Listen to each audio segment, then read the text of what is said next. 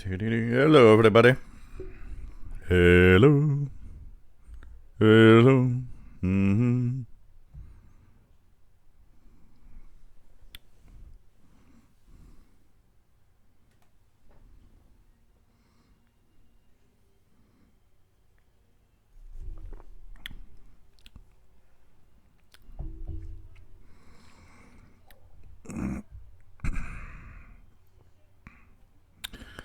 Everything looks great.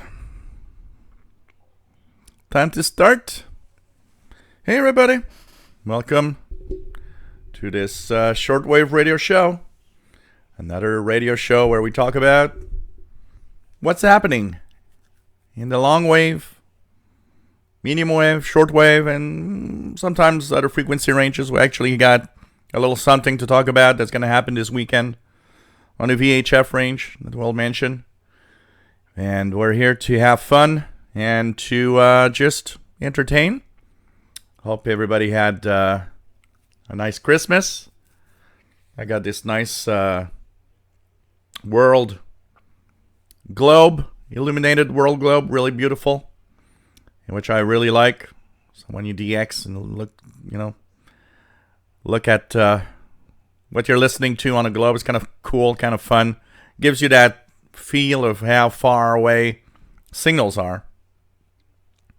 And of course a few other little things. We'll talk about the RTL SDR V3 version 3, and I'll give my opinion of it, and you guys will see what I think of that little dongle. So we got a lot of stuff we're going to talk about, including the unfortunate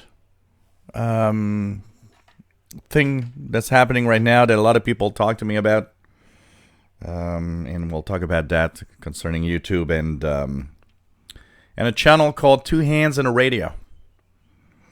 Welcome aboard, everybody. This is the Shortwave Radio Show. We are live twice a week, except during the holiday. Because of Christmas, we weren't here on the 25th. We won't be here on January 1st, I can guarantee that. But after that, the next week after that, we'll be back to the regular schedule of the usual Wednesday at 7 p.m. Eastern, 4 p.m. Pacific, 0 UTC. Friday at 3 p.m. Eastern, noon Pacific, 20 hours UTC. And of course, we are having a lot of fun talking about radio, and there's a wonderful Facebook group that goes with this, and it's kind of an extension. If you haven't joined it yet, 38, I think, users right now. Lots of fun there. I mean, we're posting about what's, what we're listening to, radio, the radios we use. People are posting videos. It's a lot of fun. It's, here we are live. We share what we listen to. We share our own experience. We talk about radio. Well, that is where it continues when the live shows are not on. So it's a great, great place, and wonderful people that are very respectful. Not like, other Facebook groups where there's always annoying people that are trying to belittle others or try to show that they're better than others or so. That isn't the case there. It's like here. It's being who we are and having fun with what we have and helping each other in a great feel of community and radio listening. So it's really, really cool. It has the same name as this channel, official SWL channel on Facebook. And it is a great, great little place to continue when the live shows are off. So this is vodka cranberry juice. So cheers, everybody. I also have 2 beers left over from Christmas. That's what will be our drinks for today. Nice to have everybody on board as usual. My name is Gilles. I'm located in Montreal, Quebec, Canada, northeast part of North America. And I've been doing this forever. Well, for roughly 7 years, 8 years, something like that. And we'll have a little talk about that. I think it's interesting to see what's happening right now with YouTube and all. And I get questions regularly. I know it's not necessarily radio related, but it is in some way because, we have one less radio-related YouTube channel right now, and which is not a good thing. I mean, we want to have as many radio-related YouTube channels as possible. But we'll talk about that anyways. There's a beautiful chat room. If you like what we do, if you want to chat with amazing people, I mean, this is the place. You will be welcome. You can ask any questions. There are no dumb questions. You know, it's something that we often have. You know, oh, I got a dumb question here. Not a dumb question. When you don't know it, you don't know it. There's nothing dumb about it. You know, we all have that aspect of our hobby that we don't quite understand. That maybe you've been listening, maybe you're a ham radio operator for 40 years, and you got that thing that you're like, I still, after 40 years, can't understand why that is. Well, here's the place to maybe have an answer for that. An answer that is clear enough for you to understand. Sometimes it's the way that things are explained that makes it easy or not to understand. I try to work on that here on the channel. It's one of the things that I've always, I've had so many comments of people saying, you know what? That I now understand thanks to that video you made. It's easy to understand. And it's all trying to find an easy way to explain things that might look very complicated, but in reality are not. And when you start looking at a good explanation and start playing around, you kind of realize, oh, you know what? It isn't that difficult after all. It's just that I never had that answer that I could understand and grasp the knowledge. Sometimes people, that are very knowledgeable are really cool because they know a lot. But the problem is, a lot of the people that are very knowledgeable can't explain things well. One of the things that we see very often is tech guy stuff. Computer techs are, for the most part, extremely awful at explaining something. They try to explain it, nobody understands. And I guess part of what I do here probably comes from the fact that I've been a tech guy, and I was helping out regular folks that had zero knowledge or very little knowledge of how technology works. Because let's face it, today's radios are very technological and very technologically advanced. I mean, today's shortwave radios, look at the XH Data D808. It's a small computer that has a radio.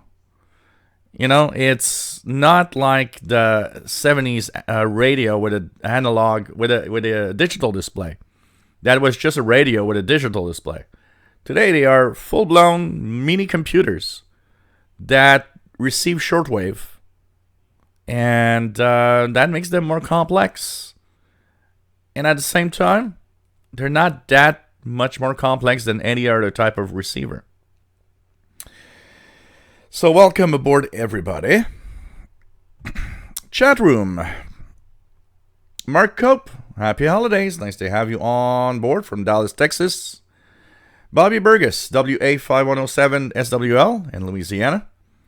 Imad Abbas, bonjour et bienvenue de l'Algérie. Nice to have you on board. William Conlon, nice to have you on board, my friend. Randy in Riverside, California. Nice to have you on board, my friend. WOHP1390, nice to have you on board, Rick. W8PRR in Ohio. Michael Langer, nice to have you on board from Central Illinois. John Engstrom, nice to have you here from Sweden. Radioactive, nice to have you here from Central Oregon.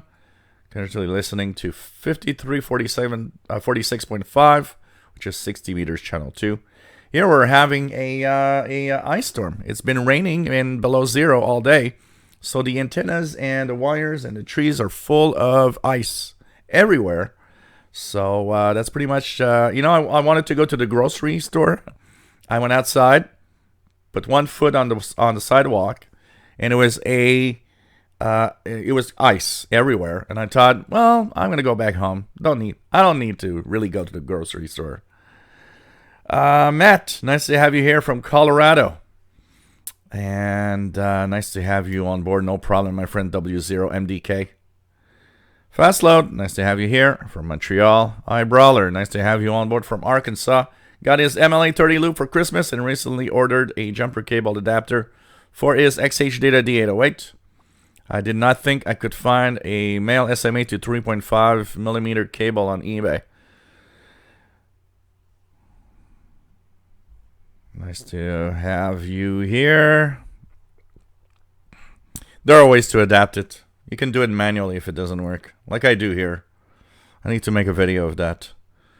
Michael says, MLA, next purchase. PLF Radio, bonjour et bienvenue de la France. Toujours un plaisir. Jersey bound from New Jersey. Nice to have you here. UK ham and radio operator 2E0PRO. Nice to have you here. Sheldon RV. Nice to have you on board from Greenfield Park, Quebec. Chris Freitas. Nice to have you here from Fort Myers and Southwest Florida. Nice to have you here. Happy holidays. TV Radio 1972. Nice to have you on board and Merry Christmas. René Charbonnier. Nice to have you here from the Netherlands. Greetings. Nice to have you on board. We have TV Radio 72. Got his new radio this week. The Texan PL660 and enjoying it. Great receiver. You'll have a lot of fun with that. PageMaster KC5VOY.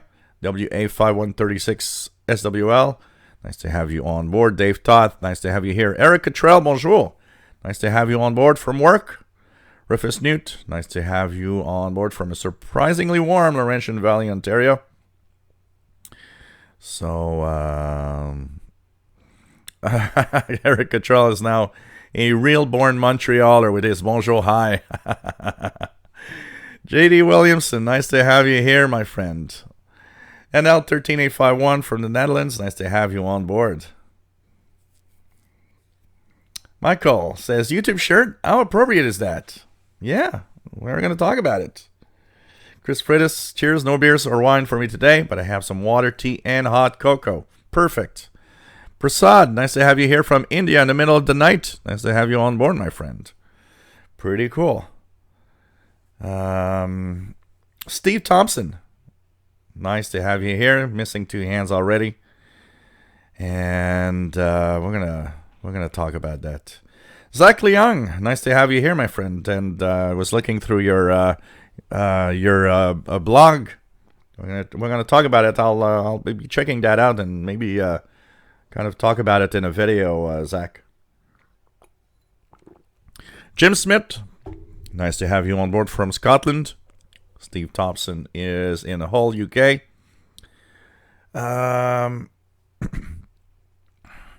I've never used console with RSP1A yet.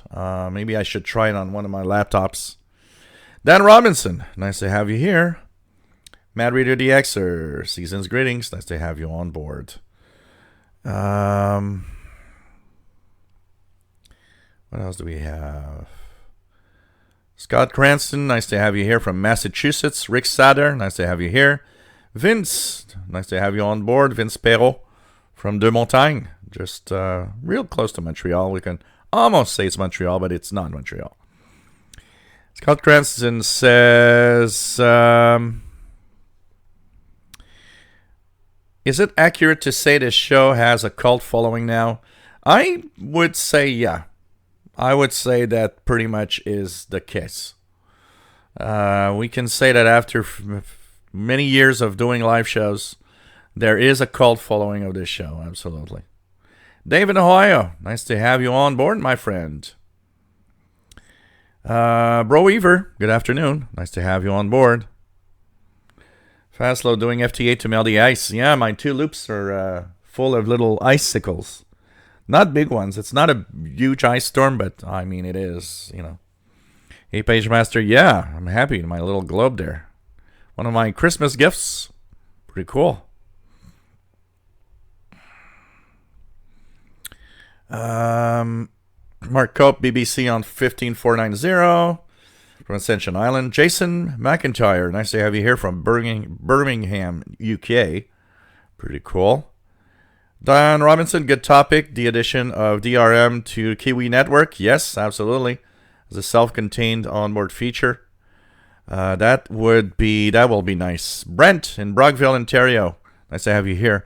The only thing that now is missing is going to be fun to see if we can when all of that is added, when we can actually tune DRM transmissions through the Kiwi SDRs, this is going to add a very nice feature actually to the Kiwi SDRs, honestly. Rick Timon, nice to have you here from Clearwater, Florida. He's enjoying his new Ethon Elite Executive. Cool. I hear a lot of good things about it, radio. Stephen Hayes, nice to have you on board. And from London, drinking a pint of Bishop's Finger G0SD. Nice to have you here. Steve Thompson got a Texan PL600. Cool.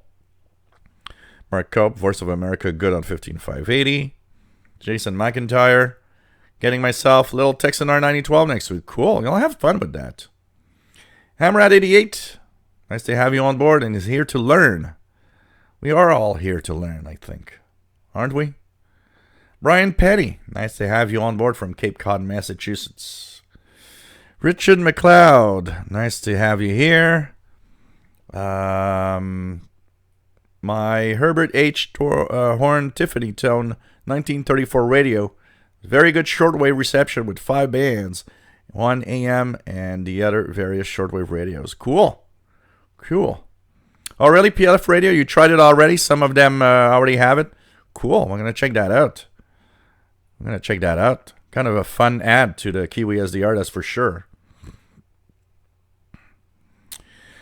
So, hello, everybody. Welcome aboard. I'm going to start with one little news item about the International Space Station before we go into a more heavy subject.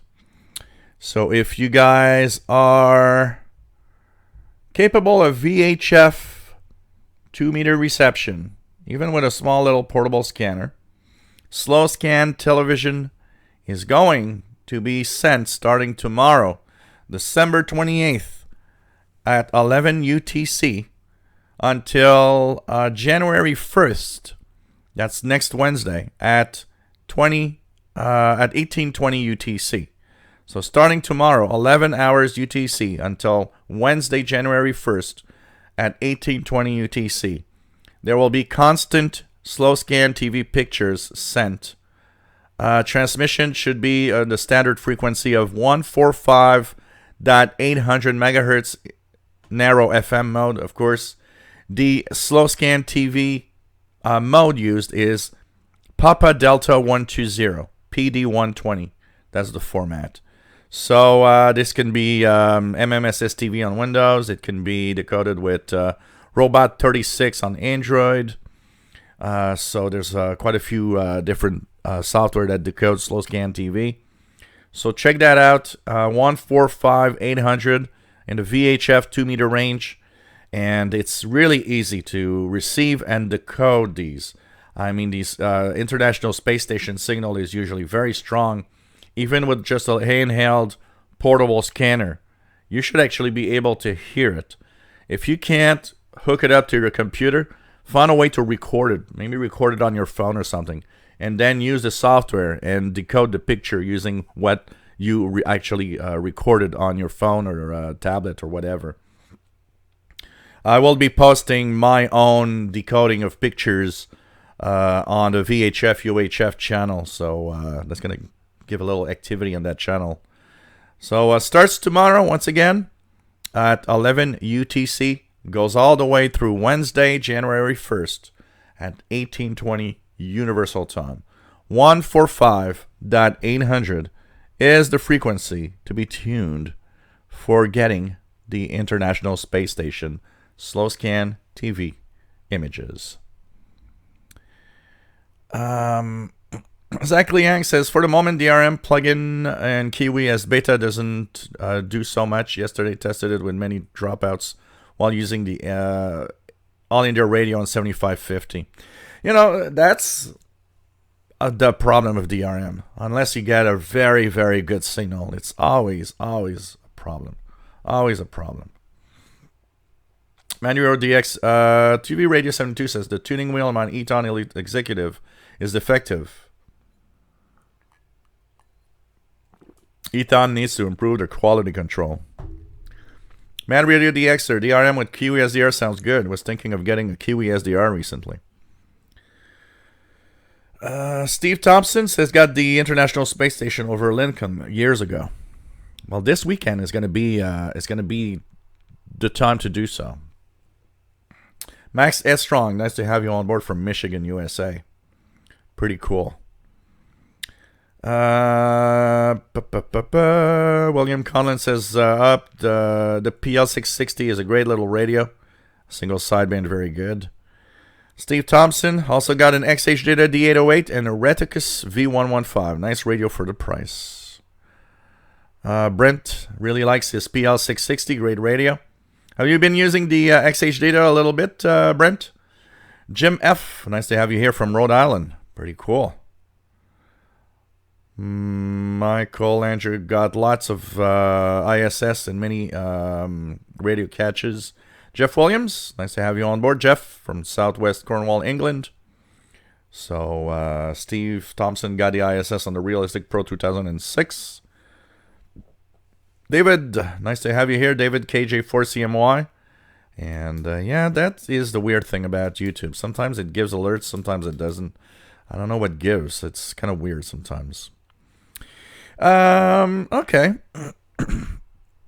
Let's just check here if there's some pirate radio activity, so that while we're talking about a more serious subject, we're going to...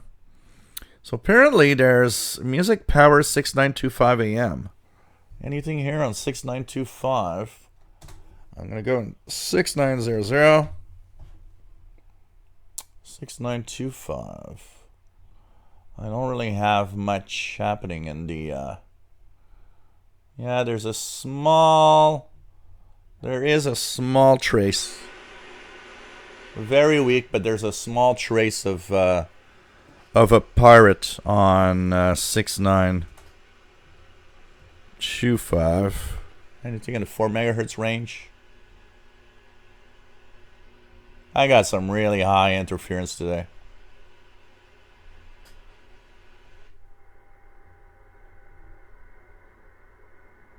Really, really high interference today. So if anybody wants to try, there's Music Power 6925 AM mode. I see a trace on my SDR, but not enough to get any signals, actually. So PageMaster been working a lot of islands on the air. There for a few days, there have been quite a few stations from St. Helena Island in the South Atlantic Ocean on 20 and 15 meters. And by the way, we had a Christmas gift. We had 2 sunspots from the new Cycle 25, 2 sunspots at the same time on the sun, which was nice. Both of them are Solar Cycle 25 spots. So that's starting to tell us that Solar Cycle 25 is slowly starting. Let's give it time, but we're getting there. We're gonna eventually, pretty cool at least, and it did improve propagation quite a lot. You don't need that much activity to actually make shortwave a lot better suddenly. Yes, there's Europe 1. Absolutely, PLF radio. Europe 1 on 183 kilohertz. That is actually ending long wave service December 31st, 2019. As they say, is that because of the evolving way of how people listen and tune in to the different broadcasts, podcasts, and stuff, with everything going online and digital, they have decided that it's the best to do to remove themselves. So Europe 1 closing their 183 kilohertz long wave service on December 31st. So if you want to try that and tune that, it's you've got only a few days left. Don't forget, for sure. Wavelight 2006 made a video of hearing Andreas Gertz here in Germany from the International Space Station. Cool. Brent says, yep, been using the XH Data D808, enjoying it for sure. It's a great little radio. I really love it. Um, what else do we have? Block 385, New Bedford, Massachusetts, watching. Very informative. Cool. Thank you very much for being here. Okay. A lot of you have come to me yesterday saying, hey, did you see Two Hands in the Radio? He removed all of his videos, and he posted a video saying that he's got enough of all of it. And so I watched the video and I kind of analyzed a little bit in between the lines what he's saying. Of course, parts of the video do get me because, I mean, they mention things that I go through and that I live through all the time as a YouTuber. Plus the fact that I think some of it is either misinformation or it's a complex thing, okay? So, I mean, you know, Hamrad88, if you guys go see that guy's channel, by the way, fantastic videos all the time. He's having a lot of fun, and he's doing some great stuff. If you guys never gone to Hamrad88's channel, please do. Please do. Tom Styles has some really, really nice videos there, and I really, really tell everybody to go and check it out. So, Two Hands in the Radio posted this video yesterday. I think one of the biggest mistakes, if there's a mistake to be taken there, his biggest mistake is he decided to delete all of his videos from what I believe was 350 videos online. And for me, that's a big mistake. I mean, you can be pissed off, you can be ranting at whatever. But the content, I mean, he took some time to make the content. He took a lot of time to post all of that online. And he should have at least keep all the videos online. One of the things I understand is that he's having a hard time coping with people telling him how, you know, the content was bad, or that you should improve upon this or that, or, you know, I mean, criticism is a nice thing when it's done right, because nobody's perfect, and when you're doing something, when you're in that sphere, you don't always see what everything. And sometimes a viewer out there will tell you, well, you know, I think what you do here, I think it should be different because of this, for this reason. And, you know, having a nice constructive comment is always nice. And I actually do appreciate constructive comments. Problem is, on YouTube, 9 out of 10 comments is, well, that's a crappy video. The problem with that is, yeah, okay. Are you a troll? And if it's so crappy, what are you doing here? And why did you take the time to say it? Because you're a troll, probably. And instead of, you know, this is a crappy video, why don't you just express yourself and let me know what did you not like about that in particular? Which very little people actually do. And most of the comments end up being, you know, well, that's terrible, and you keep moving, and you keep this, and you keep that, and it's like, you know, there are things we do realize ourselves. I mean, when I make a video, I realize if I move a lot, I realize some of the stuff, and sometimes I take the decision to just put it there. Okay, I'm just gonna shove it there anyways. But many times, it happened so many times, I did a video and I looked at it and I'm like, nah, I'm not gonna post that, you know?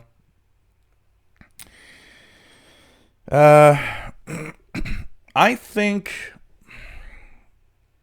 there's an overreaction on his part. I don't know what happened. Something particularly pissed him off at some point. There's really something that ticked him off, and he just went kind of a little bonkers. I don't know what it is. I would have liked to see what exactly happened for him to just suddenly go nuts and decide that, you know what, the hell with it. I understand one thing also. I think he had he thought that donations would pay radios and help him in there. Let me just say one thing to everybody out there that wants to do YouTube stuff or anything, even if not YouTube, anything that for a certain, for help or a living will push you to ask for donations, that you're not gonna live off of donations. I know of two big networks today that started off with donations from viewers. And they realized at some point that the only way they could continue is to have advertisement. They had to have advertisement. There was no other way. And they are still alive today because of that. And, everybody's... I mean, it's difficult to earn money. We aren't all, the majority of us did not get into this world with, a $100 million in the bank account, thinking, well, I'm going to do what I want in my life. The majority of us are working really hard to get to where we are and what we have earned. And it's totally understandable that giving money away for something is something that a lot of people have some hard time doing. Here donations account for maybe 1 or 2% of everybody donates. And when I look at how this works and how it works with everybody else, it's roughly the amount of donations people and different organizations and different websites will usually get. They get roughly a average of 1.5% of all the people that actually use the content, that check out stuff, donate. I think one of the things that happened, he expected too much out of that. He talks a lot about the financial situation and how I have the impression that one of the things that happened is he put himself in a dire situation by thinking that he could easily pull it off and make money. And it didn't happen. I was looking at the statistics of his channel. And the guy was actually getting there interestingly well for the amount of videos versus the views and everything. He was slowly getting there. I think he probably took it in the wrong way. Did it in a way that was, let's try to make money off of this, and I'm going to buy tons of radios, and that's going to come back to me. It's as if I would say I'm going to buy an Icom ICR 8600, and the video views from that are going to pay the radio, which unless you have a really popular channel will never happen. When I purchase a radio, an antenna, or stuff like that, usually, and not all, there are some stuff that I have that the donations paid for. But honestly, there's a lot of the stuff that I have that I paid for with my own money, with what I earn on YouTube and everything. Knowing that it's going to, increase the views, that's for sure, and everything. But not thinking that, I'm going to make money off of the radio, for example, Once again, if you want to do that, you got to have, I would have to have sponsors. Have ICOM sponsor here, or Texan sponsor radios, or I don't know, Spectrum Monitor sponsor for some. I can talk about it all the time.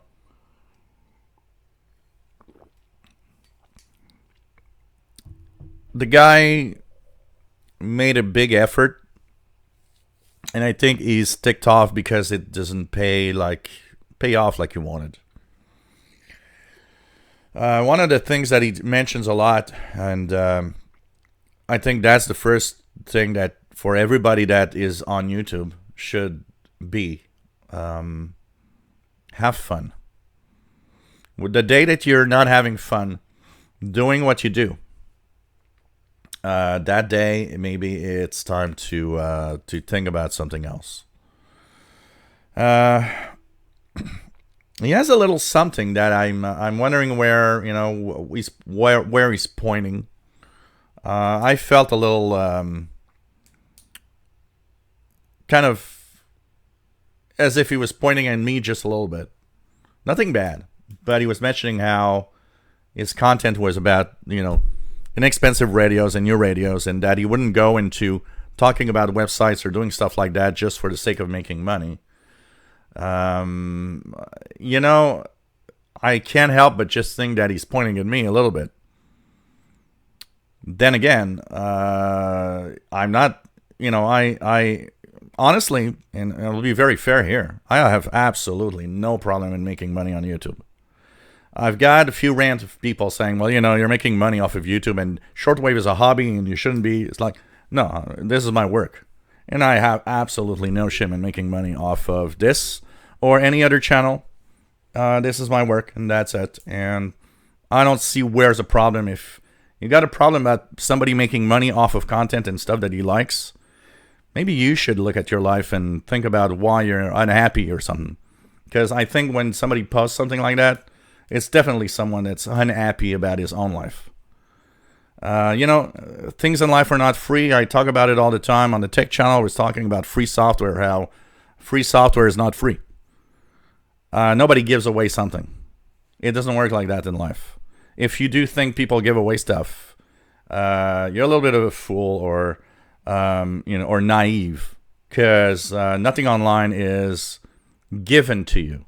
It's in the purpose of somehow monetizing. If I really was into money, this channel would probably not exist anymore. Because this channel, the monetization from it is okay. But I'm not making a living off of the Shortwave channel, that is for sure. Okay? My monetization comes from the other channels that I have that are way more popular than this one. Although this one is popular for being a niche market that is shortwave radio. And, it's a mix of having fun. I'm having fun here, talking about radio, talking about doing live shows. Great following, great people. I'm having fun here. That's why I'm here. And sharing my knowledge and sharing with everybody else. My main income comes from the tech channel. That's the main income on YouTube for me. That channel has, 100 times the views of this one. And the thing is start by having fun. And then comes, the comments and the trolls, and it's a tough one on that one, because I often got private messages from people actually telling me, and other YouTubers that came to me and say, I'm having a hard time. With all the trolls and the bad comments. There's a couple of radio channels that have either disappeared or they've stopped posting that were very active a year or two ago. A couple of them that I won't mention the names because I don't want to put these people into, in the spotlight. But that sent me private messages saying, Joe, I wanted to ask you how you deal with all the bad stuff happening. Because I got a comment today and it was really hurtful and it hurt me. And that's where it's not easy and as easy for everybody. I get tons of people saying, well, just ignore them. It's easy to say, not as easy to put in practice, honestly. I kind of built myself a wall over years. But I have to say, the first year I did this and I started really getting a little more active, there were some comments in there that were really bad. And I was like, you wake up in the morning and you read that first comment and you're like, okay, that guy got to me. And you're wondering, it's like you kind of question yourself.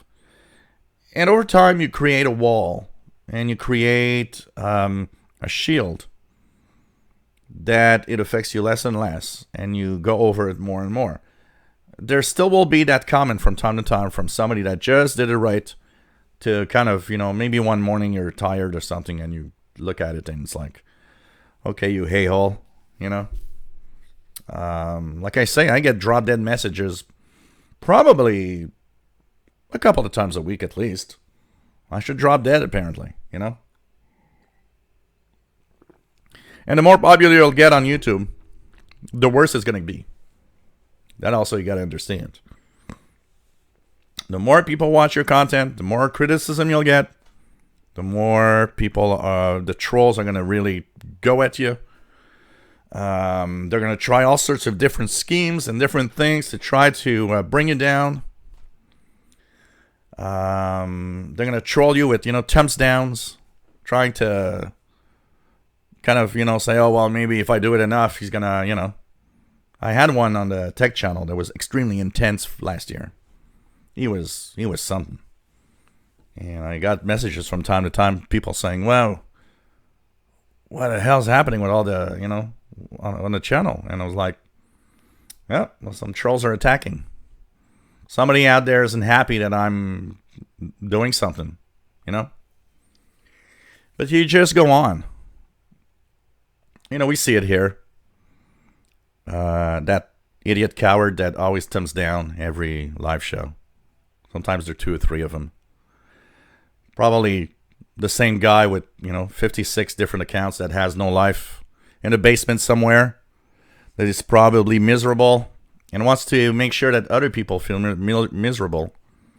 And, people tell me sometimes, well, he puts the thumbs down. Well, you know what? You got to remember one thing, and I always say it. A thumbs down isn't necessarily a bad thing on YouTube. It makes controversy. It makes videos move. A video that actually has several thumbs down and up often is moved up on YouTube because there's some kind of activity going on there. There's some kind of action. And YouTube will tend to kind of push it up a little bit, saying, well, just a little bit of controversy maybe in there, You got to live with that. You got to live with that for sure. And at some point you got to just, who cares? I don't know if he's watching or if he'll be watching or he's just got enough. But what I would say to Two Hands on the Radio is that he should put back the videos that he had posted. He did take time to do them. And a lot of radios he purchased with his own money. He should leave that there. I mean, his channel is capable of monetization, which he will lose very fast if he just leaves it like it is now. I think somewhere you gotta think about how you do it. And a lot of YouTubers actually do a double. They work a job and YouTube. And it takes a lot of time to do all of this. Look at all the time that I spent, doing this. I do live shows and I do videos every day or almost every day. And my life is YouTube all the way.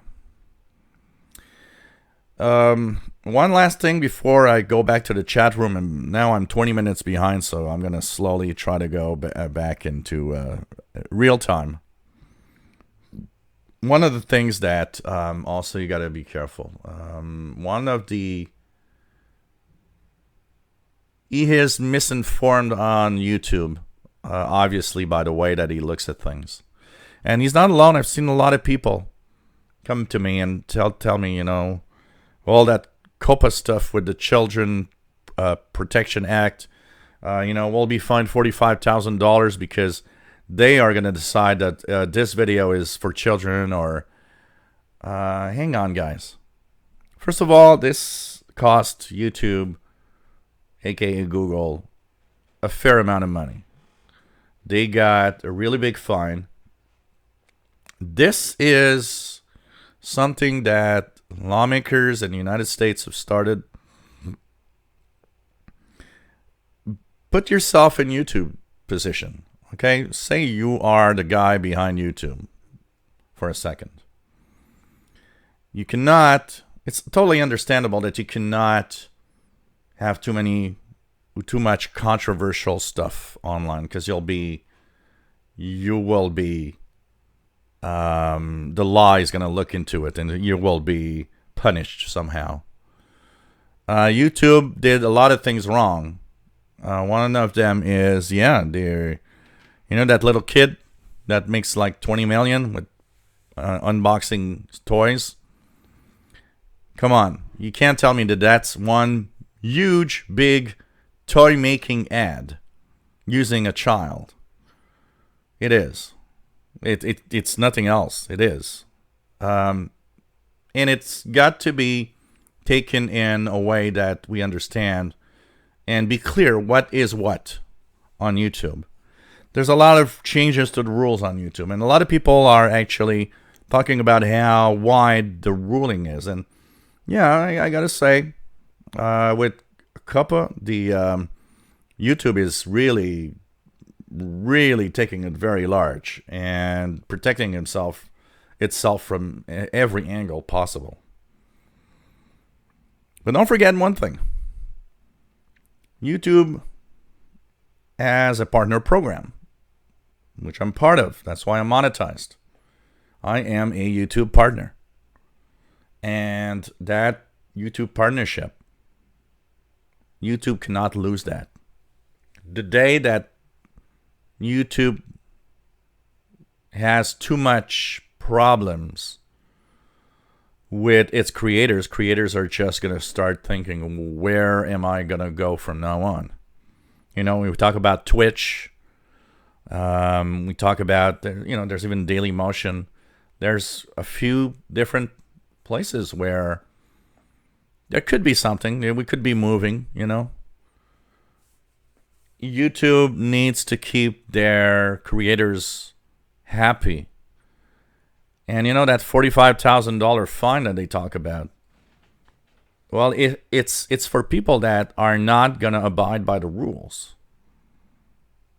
It's as simple as that. If you abide by the rule that your content is not children content, I understand where it gets delicate. There's somebody I know makes videos of computer animations. And the first thing that happened is he came to me and said, do I have to say that my content is for children? Because it's clearly adult.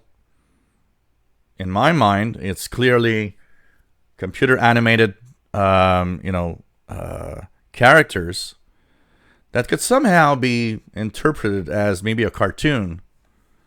And when he told me that, I kind of understood the gray line and difficulty in, what's child or not. And I said, you're not pushing it towards children.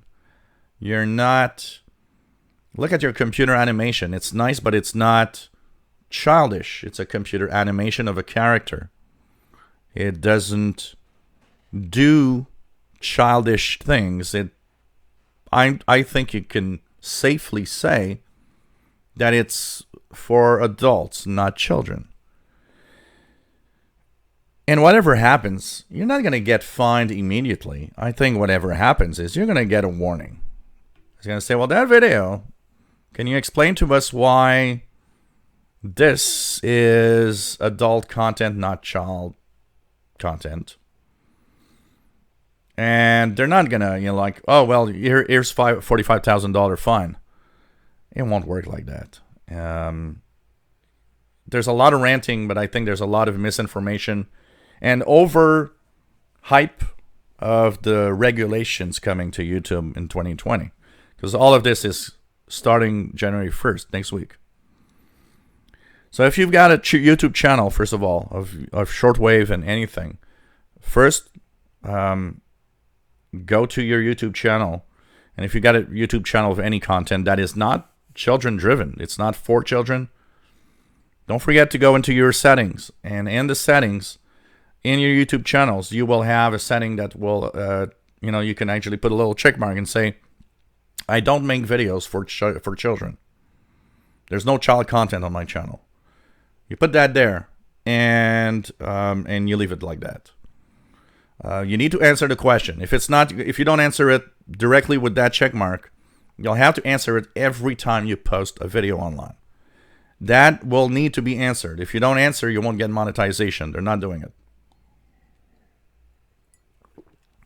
So just, I think just have fun, honestly. And I really hope Two Hands on the Radio puts the videos back. And maybe, sits down and after a few weeks or a few months, maybe I'll have the drive again to do more videos. I think he just went off in a bubble and something ticked him off and he just decided the hell with it. Nothing easy being a YouTuber when you're kind of popular at some point. Okay, I'm going to try to go down as fast as possible, guys. And we're going to try to...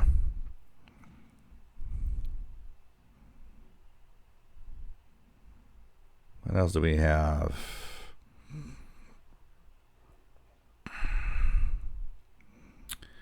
Okay, let's go down. Let's go down.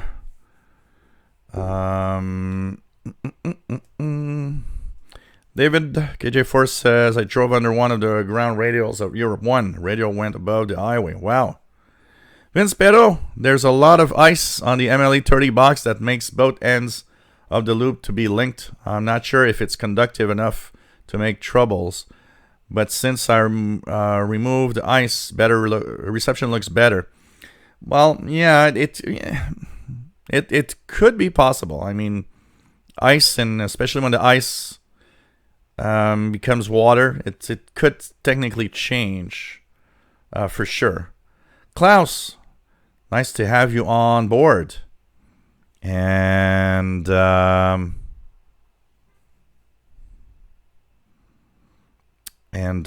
thanks for I wanted to put out a video with Two Hands on the Radio on the channel, and I wanted to put out that video also in hopes that he would watch it, honestly.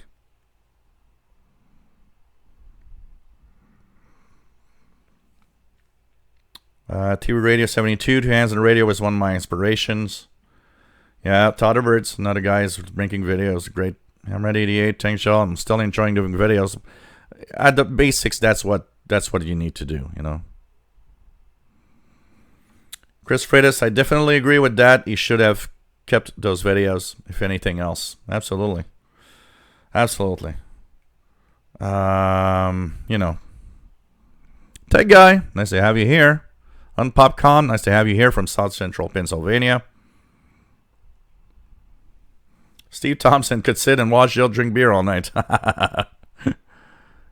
Bobby Burgess, I'll fight trolls, make them wish they didn't say that. And don't forget, guys, anybody that has a YouTube channel, the trolls, just ignore.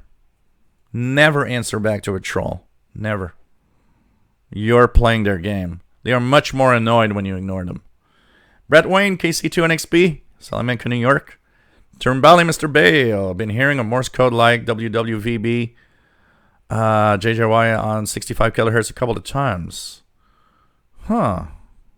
65 kilohertz. Kind of interesting.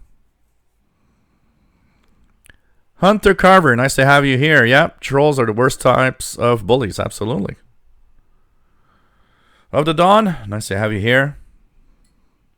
Chris Freitas says, I like how some people would take shots at my videos despite me actually knowing a thing or two about it. Yeah, Trolls sucks. Absolutely. William Helms in Florida. Nice to have you here. Joe Minton. Nice to have you here. Gel videos, two hands videos, and Todd Abert's videos have helped me to decide to buy my first entry level radio, the amazing Texan R9012. Mike says Strong says, no matter how cynical I become, it's never enough to keep up. I have been a misanthrope for years. You know.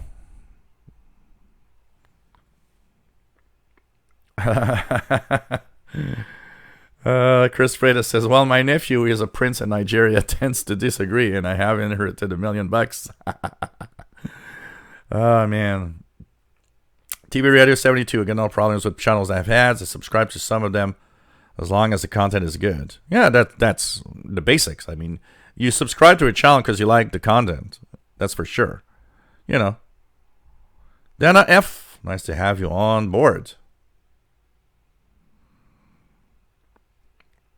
You know.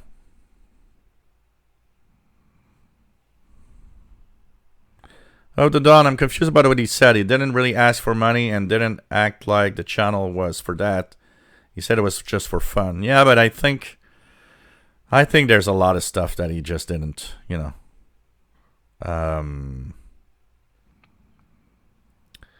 There's a bit of a mishmash of trying to understand exactly where he's going. On one hand, he's talking about donations. On the other hand, not wanting to make money.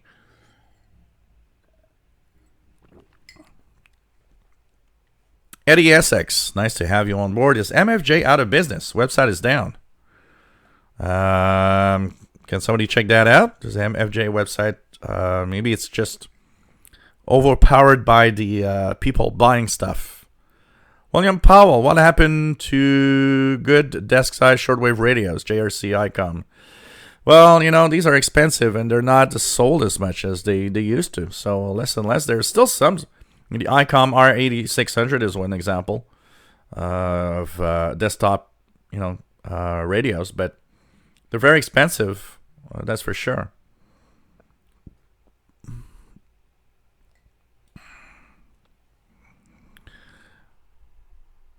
Scott Landberg says, to me it sounded more like Two Hands wanted to be self-sustaining as far as donations for the radios.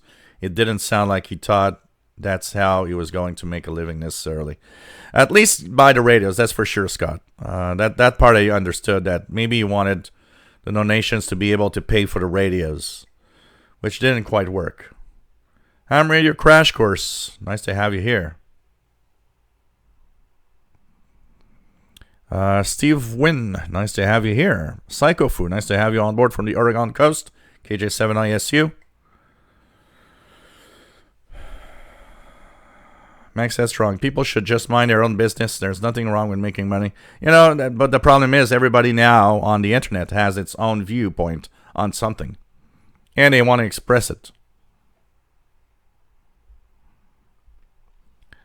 You know, that like you say, Jason McIntyre, you know, Two Hands on the Radio was a fun, interesting way of doing things. You know?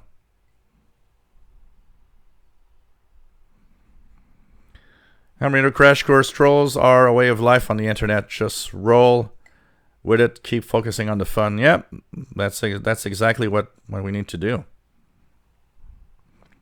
Brent says, trolls are manipulative cowards. Yeah, actually, because these people would never tell you in your face, because they'd be scared. Crash Course, that is true. It's kind of hard to ignore the trolls. Easier to remember how much is your time worth. Do you have better things to be doing with your time when get down to the muck with the trolls? Yeah, you know. Jean-Marc Letz, bonjour de Strasbourg en France. Sorry to report that it looks like my off-warranty laptop is dying. Windows session starts, but while Google Chrome starts, mouse and keyboard freeze. Maybe you just need a reinstall of Windows, Jean-Marc. Max says she'll need bodyguards. 1958, John Deere says, I don't like trolls hiding behind a keyboard. Say it to my face, and now we are talking. Yeah, absolutely. Absolutely.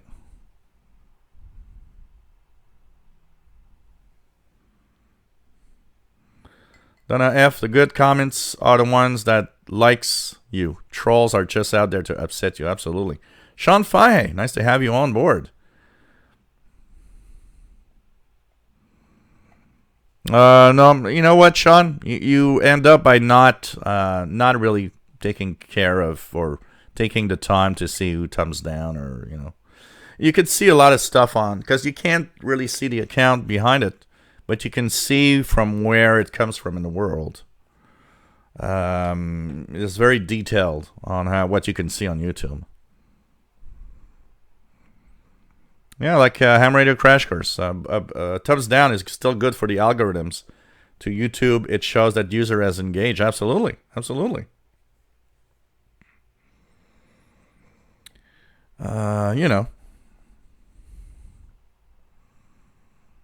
René Charbonnier, don't be sad, Jill. You're the best, and we love you. I'm not sad. Don't worry.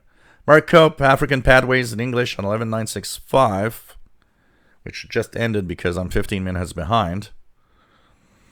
Bobby Burgess, the question, will COPPA fix YouTube, or is this not even enough?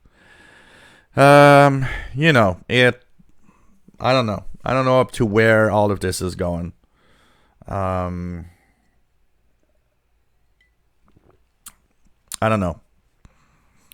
It's going to change things, that's for sure.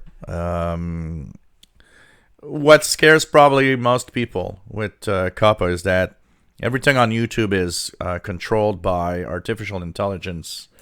AI is looking at stuff. And AI isn't perfect. AI often has that way of ticking you off. I remember, I think it was last year, having to constantly ask videos to be re-monetized because AI, for some reason, didn't like a word or just didn't like a specific thing. And they fixed it. But it drives you nuts. And I guess what scares the hell out of a lot of people on YouTube, of content creators, is the fact that, will your computers be okay with all of this,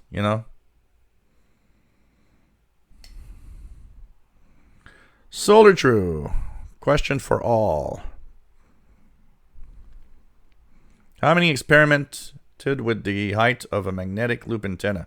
Orientation is critical, but have you played with the height above the ground? Well, mine is, on the third floor. I guess some did, for sure. The change I would see with height would be that if putting it higher removes it from the local noise more, it might actually work. Eric Cottrell, yeah, adult cartoons, absolutely. Manuel Medina, nice to have you here. People need to know the magic of radio waves that travel around the world and they're to be heard. It is necessary that they never disappear. Absolutely. Levy Nathan, nice to have you on board. Levy Nathan says, I think that is a gentleman's way is to say only good luck, 2 hands, and my best wishes. No more than that. Oh, I'm not trying to win anything on that. I'm hoping that he might watch and kind of understand, what, you should get back. Because I think you're maybe overreacting. But for the rest, it's his decision, that's for sure. Nice to have you here from Israel. PA1WX, nice to have you on board from the Netherlands. Geek Nerd, nice to have you on board. Good Friday says, I think using ads is a need for some channels. And those that doesn't want to see ads simply choose YouTube Premium. Yeah, absolutely.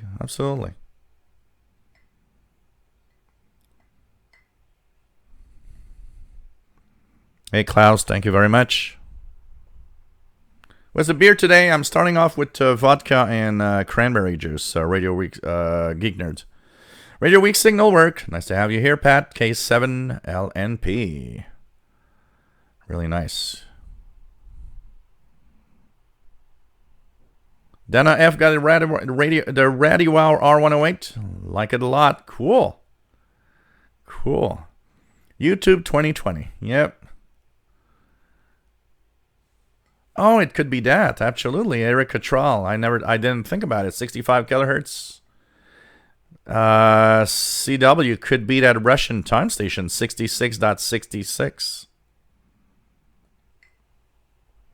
For sure. Zenit 13. Nice to have you on board from Sweden. Soldier cheers. I wish you could try this stout beer I made. It's a coffee chocolate bourbon barrel aged for 8 months. 16%. Oh, man. I'd like to taste that, though. Eric says, yep, MFJ site is down. It looks like their account was suspended or some other technical problem. Whoa, let's hope that they're not going away. Yeah, that's often a problem with shared hosting. Hey, Valtz from Latvia, nice to have you here. PLF Radio, show. What can I put between the SMA connector of the MLA30 and the antenna input jack of the XH data? I have trouble to find something. You know, I'm going to be very, very straight on it. If you're a little handy at it, I'm going to show you guys. I'm going to get the wire here. So,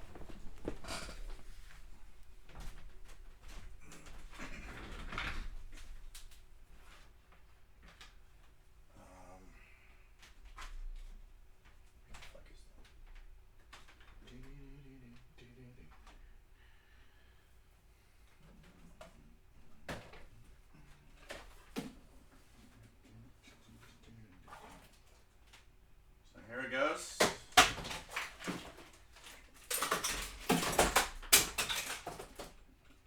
And we got it. After breaking down half of the room. So, okay, guys, you know what? What I've... I'm going to need another one.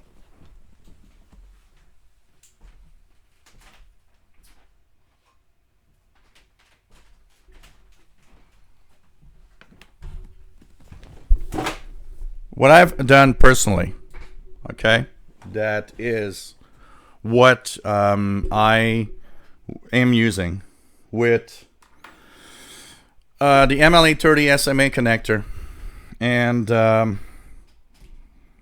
the portable receivers like an XH Data, for example, or a Texan PL 660. They all have one very specific connector, which is in 1/8 connector like an audio cable. And personally, what I did is I purchased a length of coaxial cable on eBay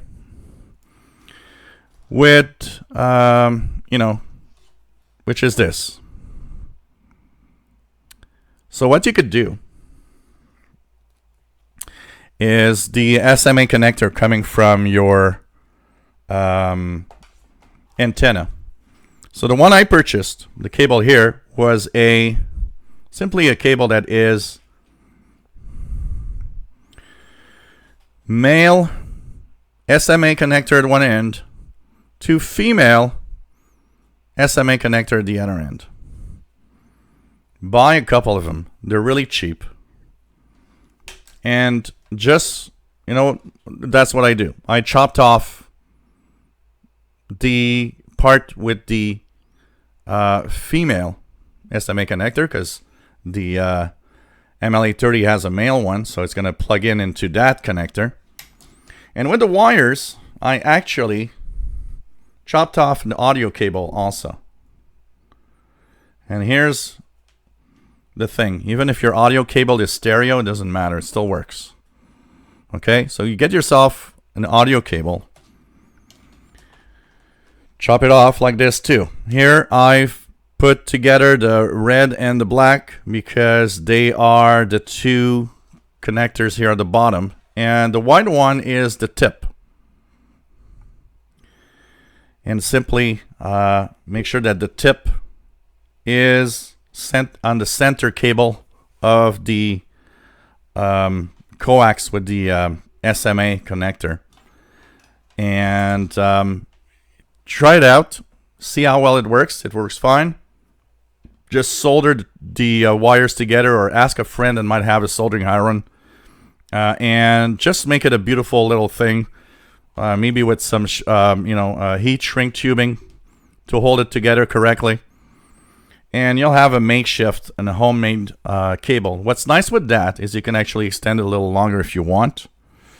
I actually rather use that and do that than actually get the connectors, because the connectors, you'll have to have several connectors, one into each other, to actually have the SMA to 1/8 connector. I haven't seen any connector that does it on one shot, unless somebody has a link to it. So, I don't know. Mark Elford, nice to have you on board. You know, Bobby Burgess, the big problem with fake news and disinformation is, where do you put fake as fake news? It's a very, very complex issue. That is more into education.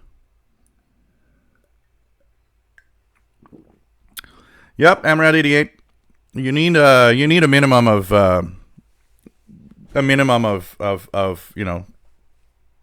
of strength to do YouTube stuff.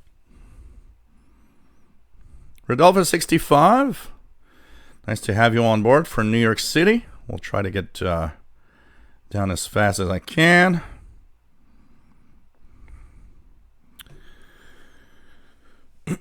Sheldon RV says MFJ Facebook says MFJ and its sister companies will be closed December 24th, 29th in celebration of Christmas. We look forward to 2020, 48th year. Thanks for checking that information, Sheldon. Radio Week Signal Work says it's down. Yep.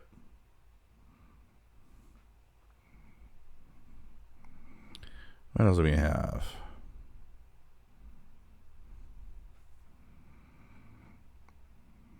First time no radio yet. Well, while you're waiting, get yourself a radio.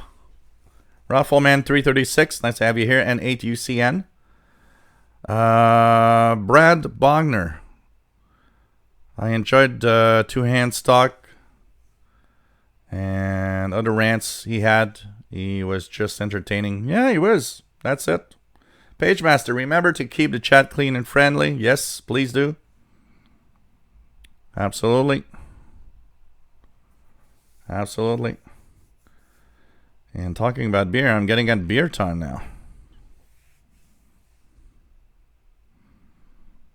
Solar Drew says, I'm going to upgrade my amateur license Sunday. Looking forward to working some frequencies. Cool. Glenn Zeckman, nice to have you here. Ordered an ML830 yesterday. Yeah, this is cool. Take care, TV Radio 72.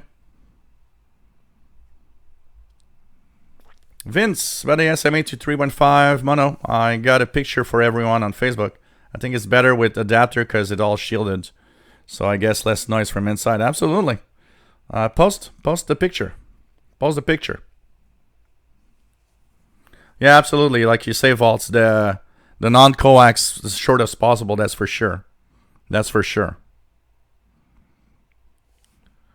But you know what? Here I've seen very little effect, and it works great. So post the link. If anybody has the direct adapter, post the link. We'll check it out. What else do we have? Rebel 42 MDX. Nice to have you on board from North Little Rock. G. Lee, nice to have you on board. Jill, on the MLA30 loop, how do you support the bottom of the loop? The top of the loop is supported with a broomstick with 2 holes drilled inside of it. The bottom part, it's all the same broomstick, and the bottom part is attached to my balcony, actually. It's as simple as that.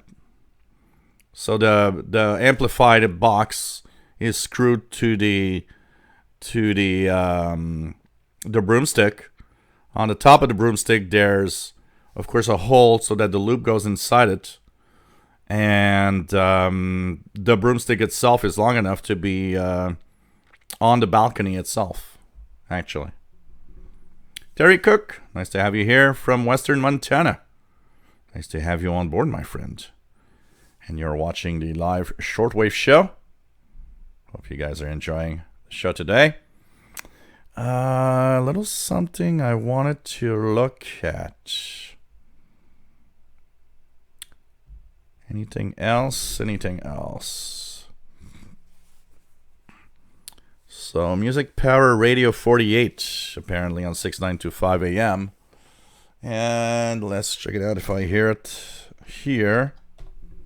Anything here? Nothing much. Nothing much. Nothing much right now. So, hey, we just passed to the shortest day of the year. Our hobby is going to get longer and longer days. Slowly, but surely.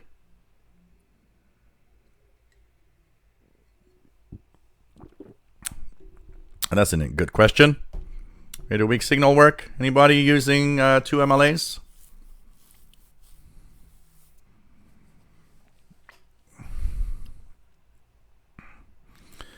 No, that's not DRM vaults. That's some kind of weird... it's been showing up almost every night. It's very wide from 6860, just barely above 6860, all the way up to 6910. It has and does have the pattern that looks like DRM, but it's not DRM. It's a very wide thing, and we don't really know exactly. Some people say that it might be some kind of Russian radar stuff, but I'm not sure. It's there almost every day, and sometimes very, very strong.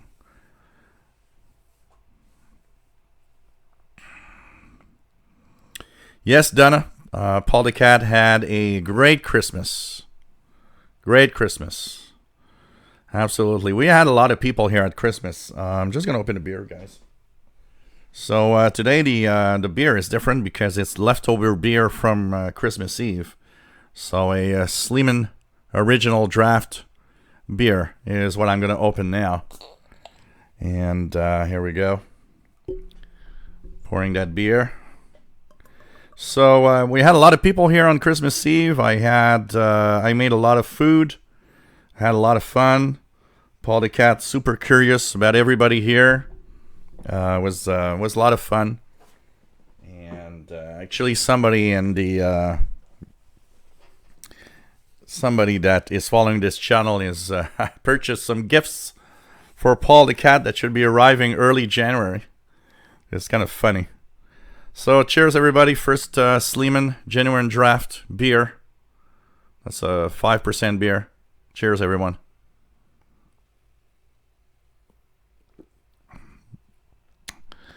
PLF Radio says... PLF Radio... I'm a bit sad to hear about Two Hands. There are some YouTube channels, any kind of content I've followed and don't post anymore, or has changed their content completely. You know, you gotta start by having fun doing this, and whatever happens after that, you'll see. That's weird. My view count of people is 0. I'm sure there's some people watching out there. Vince, 2-pack, 3.5mm 1H mono male to F-type coaxial cable converter. Yeah, that's because most people that have that do that work, they do it with the they use multiple adapters, one into each other. What I don't like about adapters is that each adapter into each other also kind of puts a little signal loss. So if you put too many together, you get kind of a loss. But, you know, the important thing is it works. Solar True, do I use to receive or decode slow scan TV?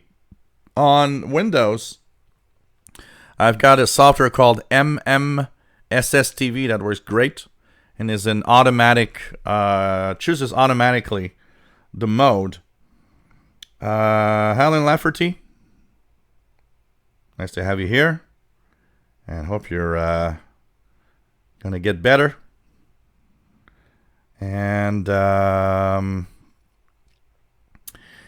What else do we have? The software that I use on Android is Robot 36. Robot 36 is another one. It's a nice app for decoding slow scan TV. Robot 36. So that's pretty much what I use. I know some other software is used also. Some people. What do you guys use for slow scan TV decoding? If you weren't here at the beginning, I'm just going to repeat it. Starting tomorrow, 11 hours UTC, and going up to Wednesday, January 1st at 1820 UTC, the International Space Station will be sending out slow scan TV pictures on 145.800. 145.800. That's the VHF band, 2-meter amateur band. And you can decode that those pictures they'll be sending out. All you need to know is when the International Space Station is above your head, because it has to be above your head to receive a signal. If it's not, you're not going to receive a signal 24 hours. So I'll be, of course, posting a lot of my reception of pictures. I'll try tomorrow, that's for sure, Saturday. And even if with a small rubber duck antenna and small scanner, handheld scanner, the signal from the ISS is quite strong. So you should be able to check that out. Radioactive. Could that wide use signal be the new CRI DRM signal? I don't think so. It's too wide. The RM is about 12 kilohertz wide, something like that. Take care, Klaus. Always nice to have you on board, my friend.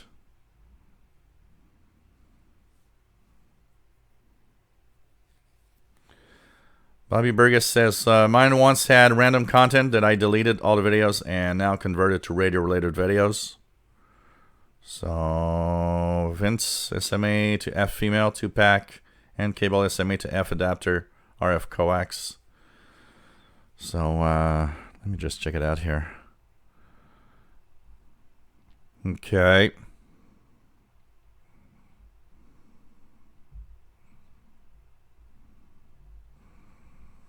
And then I guess you have the other adapter that goes for the 1/8.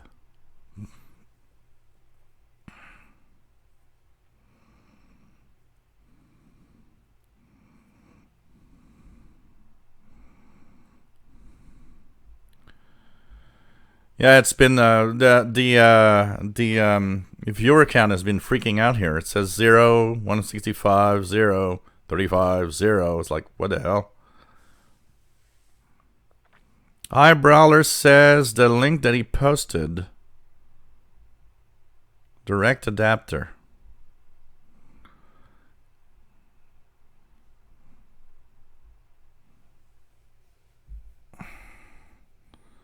So I don't know, it's kind of interesting. Brian Penny uses RX SSTV. Yeah, that's another one. That's another one. Andy Coley, nice to have you here. Honestly, if you're a little handy, make yourself the cable. You can even buy just the adapters and make yourself the cable. If you're a little handy and you got a soldering iron, direct cable. No million adapters. Honestly, I've been using this. So this is the length. I don't know the length of. I got like 3 feet of audio cable here. Okay, and I've been using it with a length of about 12 feet of this coax with the female SMA connector. It's working great, and it's easy to make. So it all depends where, some people like adapters better because you don't have to do anything. And if you don't have a soldering iron and don't have all the necessary stuff, I do understand that it's kind of more of a hassle. But I personally use that cable and it works great. I receive as well on my portables with that than on the RSP1A direct SMA. Recray, nice to have you here. Oh yeah, non-mods cannot post links. Shitty Pyro 90, nice to have you here.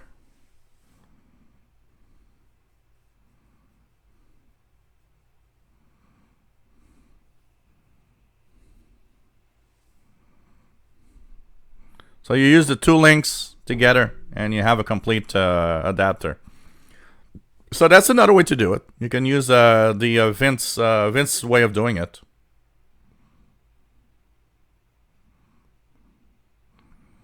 I've also invested money into soldering tools. It always comes in handy. You know, I used to do a lot of stuff when no problem, PLF radio. I used to do a lot of electronic stuff when I was studying in electronics. And then, you know, it just went off. But you know what? One of the things I think any radio hobbyist that is a little serious should have is a soldering iron to at least, do little bits of things like a cable, for example. And that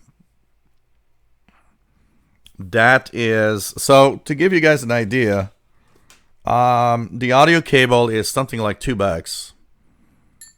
And I just chopped it off because it was audio cable on both sides.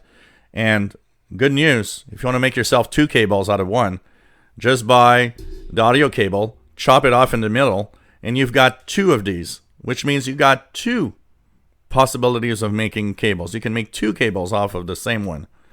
So this is like, I don't know, $2, $3. There are some higher quality ones that are shielded if you want to have better quality. And this, I purchased on eBay for like $2.99 or something, $3.99 shipping included.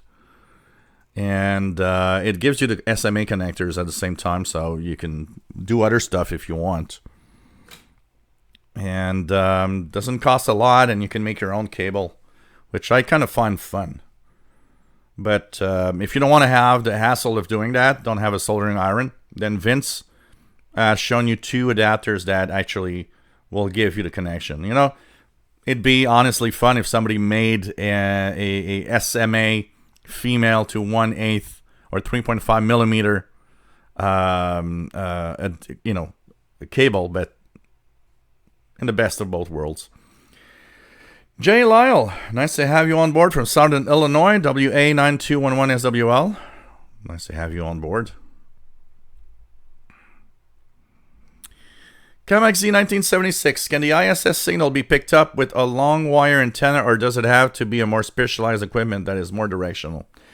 The problem with the long wire is it's getting far from the 2-meter band, so it's not guaranteed it's going to work. It might not. But don't worry, you don't need a specialized directional antenna necessarily. The signal is strong. If you have a scanner radio, that little rubber duck antenna is enough. You'll hear it. You might need to move around a little bit, but you'll hear it. Vince says, my first adapter was handmade like yours, and at my place I switched from handmade to adapter, and there was good difference in reception. Oh, interesting. Okay, Vince. Cool. Kimberly, K6YYL from California. Nice to have you here. Miles Fisher has got an 1880 MFJ loop. Should they be grounded? Most loops are meant to be are meant to be like they are. Not you don't have to ground them or anything. David Mitchell, nice to have you here. Joyeux Noël.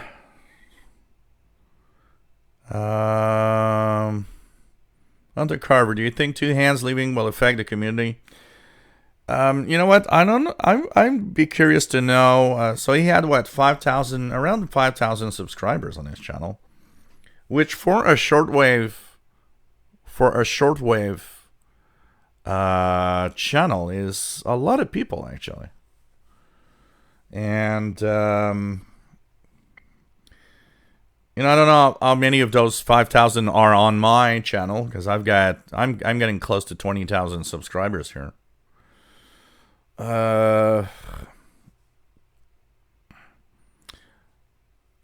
One thing for sure, it makes us talk, because that guy was big enough for all of us to notice that he's gone. I mean, I was one of the subscribers of his channel with my Shortwave channel. And I did quite often, you know what? Often. I would punch in a radio that somebody talked about that I didn't know and had no idea what it was. And once I Googled it, his channel would come up with a video. And I would watch that video. I've had a lot of, you know. One of the things that I want to say, because it might not look like I'm watching other videos on other channels, but I do. Like Amrad88. I don't know how many times I've watched videos on his channel. I am not the guy that comments much. Maybe I should, because it would make probably you guys happy to know that I watched the video. But I am the guy that watches a lot of you guys' videos on your own channels.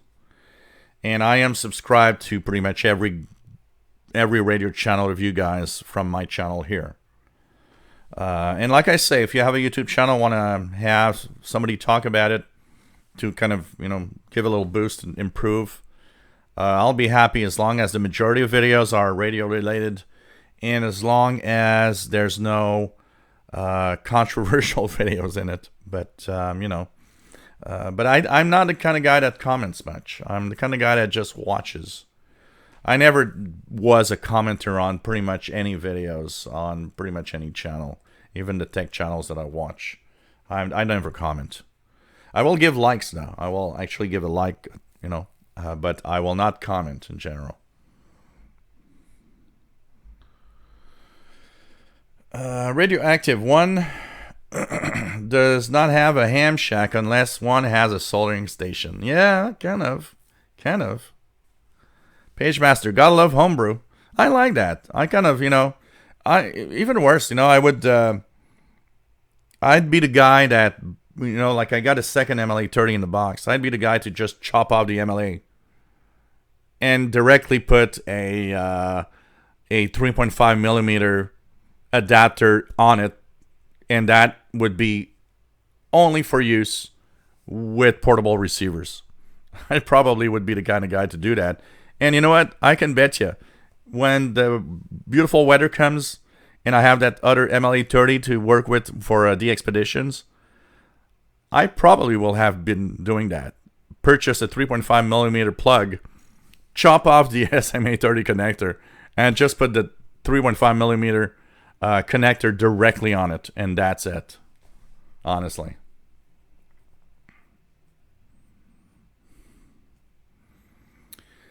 So we might be losing Meteor M22. That one's been up there for a long time, so, you know, I'm not surprised. Yeah, I think it's solder. I know. You know, I never knew how to pronounce solder or soldering or whatever in English. You know, it's like Z or Z, you know. The same thing. We got these little things in here. Yeah, like Vault says, make a little short wire. Hey, 2 meters is, you know, 2 meters. Just take a 2 meter long wire, and you'll be resonating at 2 meters.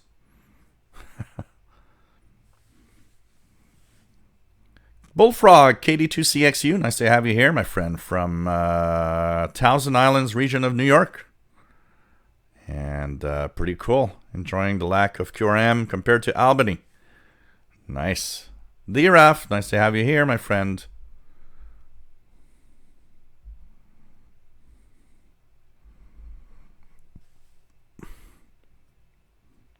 Radio Dance Mania.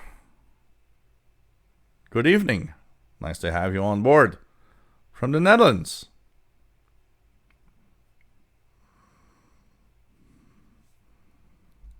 Estimate to 1/8. Oh, this is an interesting one. Let's check it out. Well, here's one. Here's one. The only sad that it's not SMA female. If it'd be SMA female, that one would be perfect. With low loss jumper RF cable.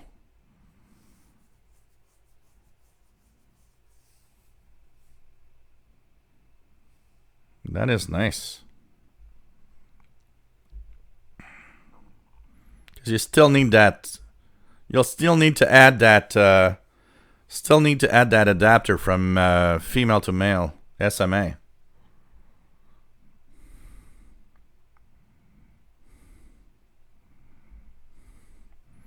Solar Drew, am I subbed to your channel? I just put a coax entrance box today and made a vid. I'm not sure. Send me your, if you guys want to send me your channels, just send it to official. I'm just going to official Shortwave radio. Won't be long, guys.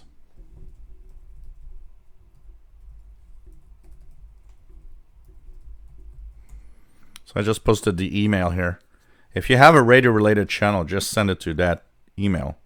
Send me the link. I'll look at it. I'll also, first of all, subscribe to it, and I'll be able to look at your videos. And if it's mostly radio stuff, I'll even talk about it. Ballin191. Nice to have you here. Mad Radio DXer says, well, now I know the likes from my channel from Canada from Jill.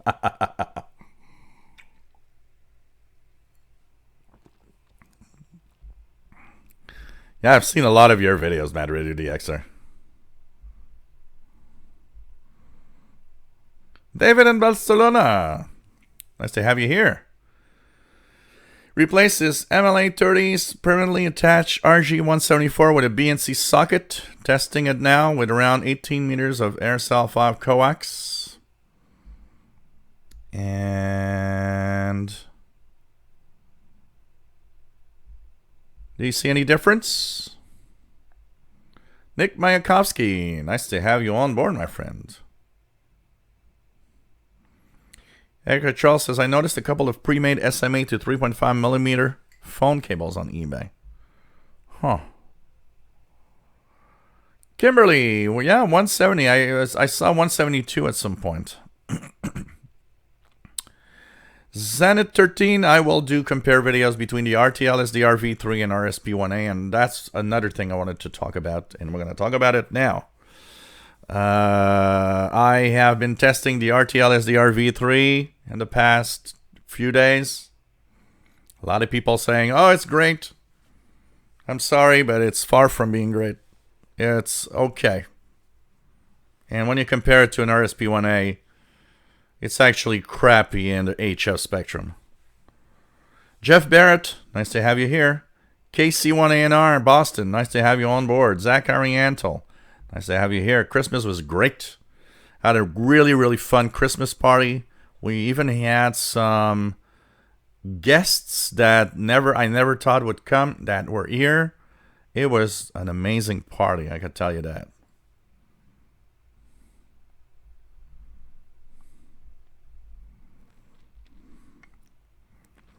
Solar True received that SMA to N8 adapter today. Same seller. Cool. Fred Algarin says, cables online, SMA female to 3.5 millimeter custom made on eBay, $845 US. Low loss cable. Interesting.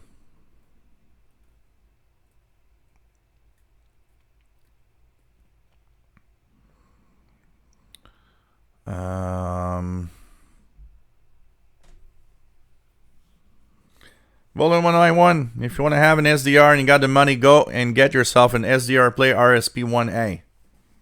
About 120 bucks. And you're going to have a fantastic SDR.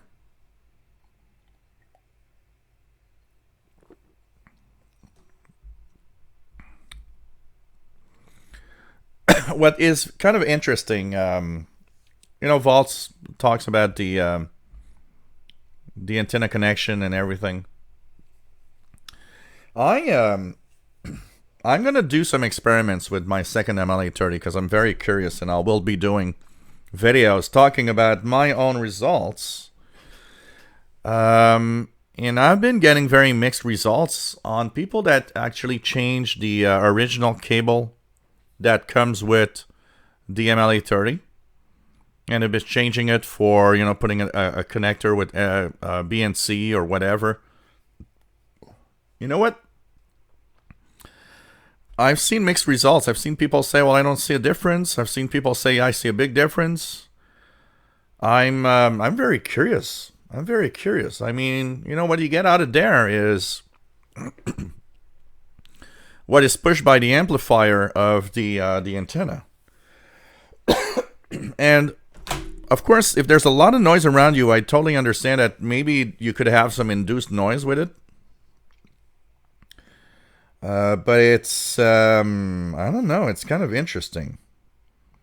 It's kind of interesting to see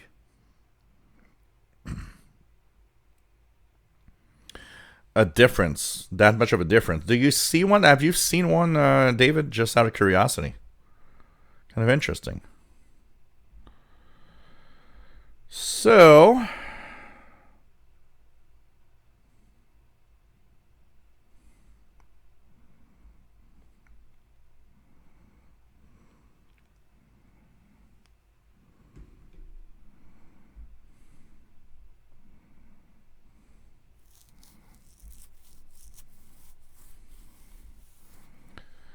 what else do we have here? I'm just looking at RSP1A just plugs in. The RSP1A is you just plug it in and use SDR Uno software. Works great. Works great.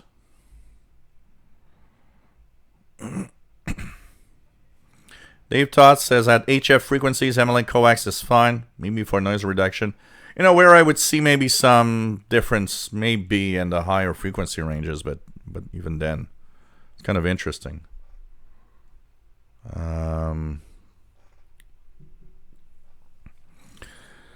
So I don't know. So anyways, I've of course received, thanks to a viewer, I've received the RTL SDR V3, which is a little dongle. I'm going to actually get it so you guys can see it. And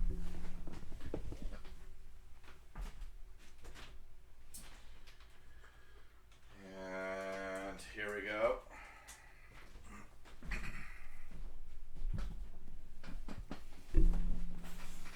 And so this is the official version 3 of the RTL SDR. This is the original, real one, because you got to be careful. There are fakes that are on eBay everywhere. So this is not very expensive. It's like $20-some. It has an SMA connector. And it is a 500 kilohertz, rated 500 kilohertz to 2 gigahertz software-defined receiver. So what are the good and the bad things about this thing compared to others? So I compared it, of course, with my RSP1A, which is an SDR, at different frequency ranges. In the VHF, UHF range, it's okay. My RSP1A does perform better, but it does perform okay. I mean, it's not too bad.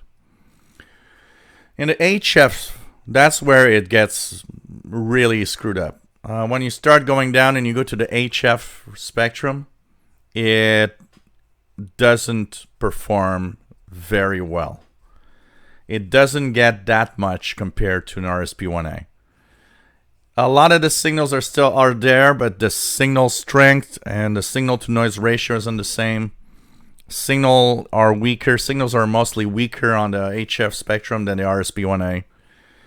Overall, if you have to buy something that wants to do shortwave, because that's your the main thing you want to do, don't get the RTL as the RV3. You're gonna waste your money, and go directly to something like the RSP1A, because this thing doesn't perform compared to an RSP1A at all.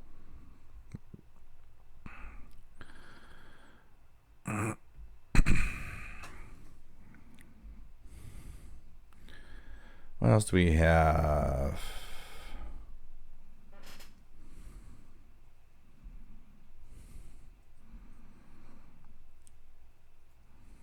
What else do we have?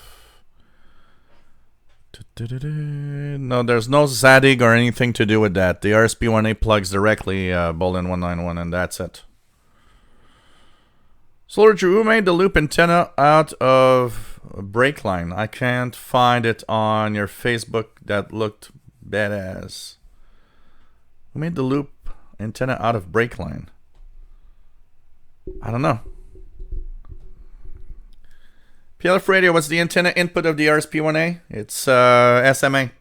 You connect the MLA30 directly to it. Absolutely. It's an SMA female connector.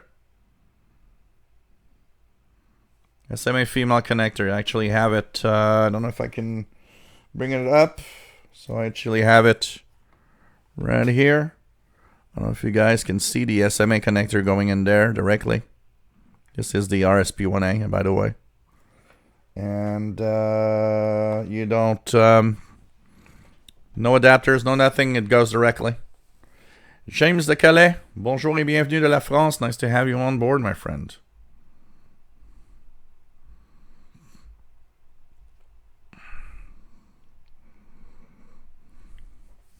Yep, by ST of the SDR play can actually give it power. Absolutely.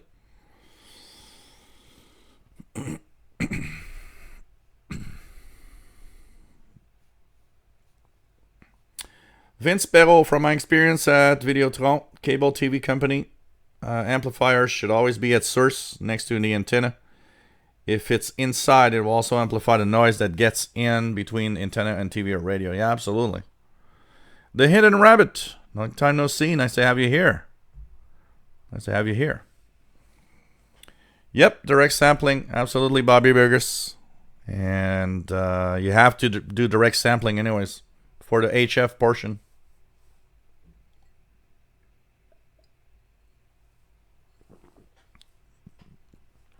Yeah, that I will agree with you, Bullfrog89.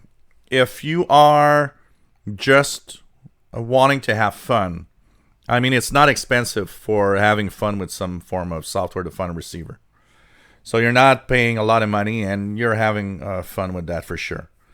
I mean, for the price that it paid. But if you're looking, it's mostly, my warning goes to mostly somebody that would buy it to try to achieve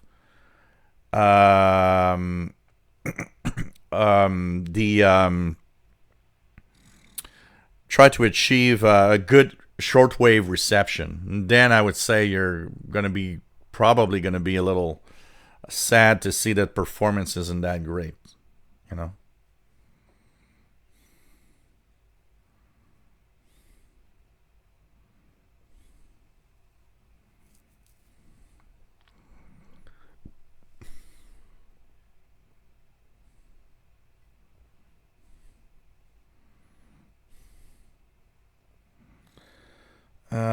No, I did not, Bobby Burgess. I actually, I'm leaving it like that. I'll play with the other one, the other MLA30 that I've got. I'm gonna play with that more and do some different things with, and try to have fun for sure. Hunter Carver, do you think the single sideband on XH Data D808 works well? I don't have a radio with SSB. I'm looking to buy a decent one. It works great. Single sideband on the XH Data D808 is nice because it has two fantastic features. One is the fact that it has separate upper-lower sideband. The fine-tuning is really superb Really, really cool to tune around and easy to tune around. And the other thing is that there are several bandwidths on a D808. And that is nice for single sideband reception also, even up to down to the 500 hertz filter for the CW or Morse code stuff.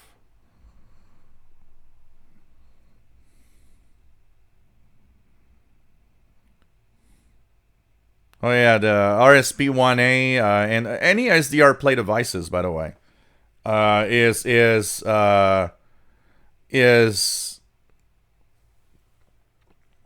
is amazing. It's easy to install. What I like about the SDR Play devices is that if you're not very PC inclined, if you're not a guy that's really good with computers, the SDR Play devices are designed for that. You just plug it in, you install the software, SDR Uno, then you plug it in to make sure that it installs. You start the software, it just works. No fiddling around with replacing the driver with the Zadig driver and things that a lot of people actually don't understand. I've had somebody actually send me a message telling me, "Oh, you got that RTL SDR. I haven't been able to have mine work. I don't even know what to do." Because if you're computer inclined a little bit and a little technical, you know how to set this up. You plug it in Windows. You know that you actually have to replace the driver with the Zadig driver and all of that. But for a lot of people, that is a complex thing to do. And SDR Play devices are cool because they just work. No complex way of installing it. Nothing, crazy, complex. You just plug it in. You just start SDR Uno. You're off with a radio that works. No offsets, nothing. It's HF, long wave, medium wave, VHF, UHF.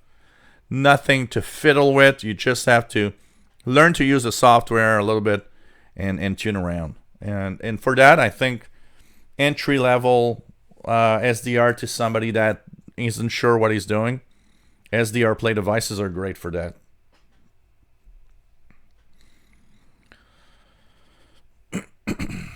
Radioactive. Brian Weintenheimer is the guy that posted the Breakline and MLA30 posting. So check it out. He's there.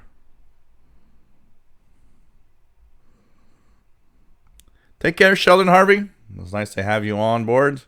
Happy New Year. Well, we'll see each other on Sunday. Yep. Pre-sample copy of the CIDX Messenger. CIDX Club at yahoo.com.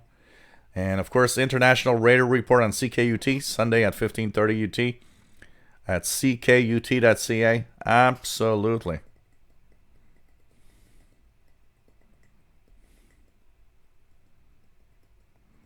Vault says, as for usual talk of RTL SDR versus RSP1A, considering the price of both and owning both, I feel like I wasted money buying RTL SDRs. The difference is huge. It's huge. The difference is huge.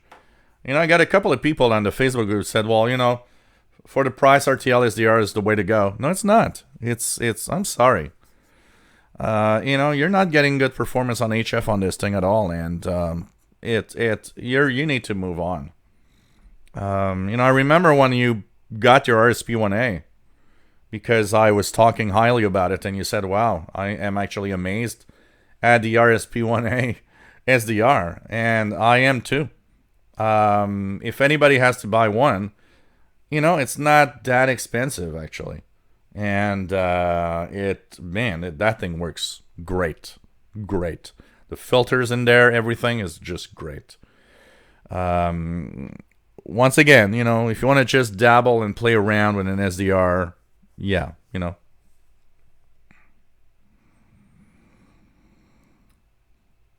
David Mitchell, find what you love and do it. Then you'll never work a day in your life.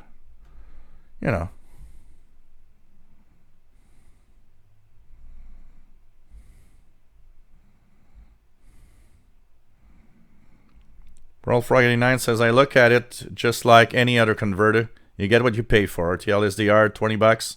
RSP1A, $109. Same portable R9012, $20. Seacrane Skywave, $90.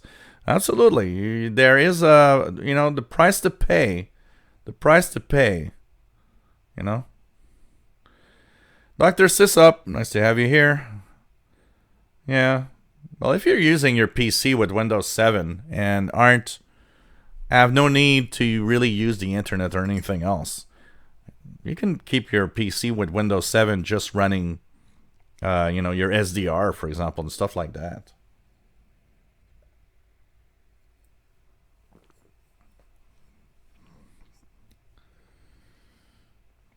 Dave Todd has the SDR Play 2 Pro for 2.5 years now. ICOM R71A collects dust mostly now. That's why I need to put my ICOM ICR 8500 online in the global tuners. So at least it's going to be used by somebody.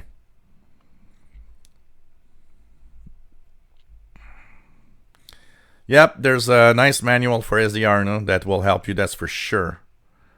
That's for sure.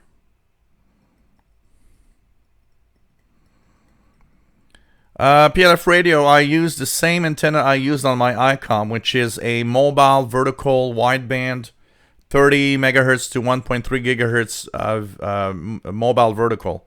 That's on the metal shed in my backyard. So what I do is I have converted the output of that coax with a SMA connector so that I can actually use the RSP1A with it.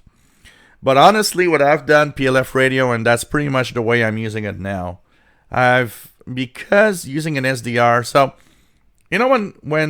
when you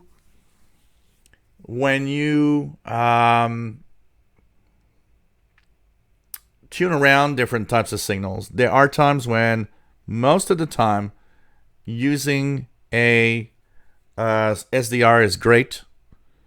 But I found a few times when actually having a tuning knob that I can tune around manually is better.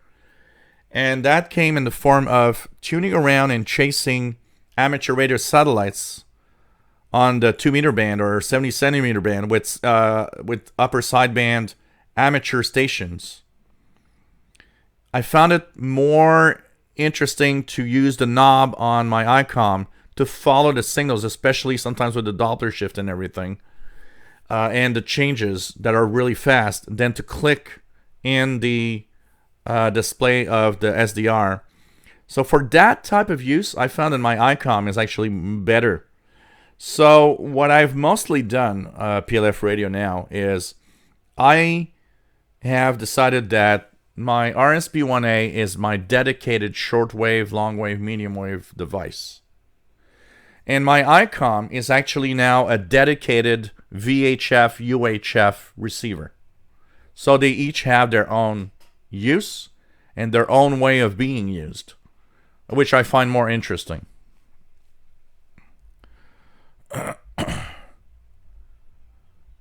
Like says Michael Langer, do not neglect your 71A, and I need not to neglect my ICOM ICR 8500. James DeCalle, what about AirSpy devices? You know what? I don't own one, so I can't really talk about them.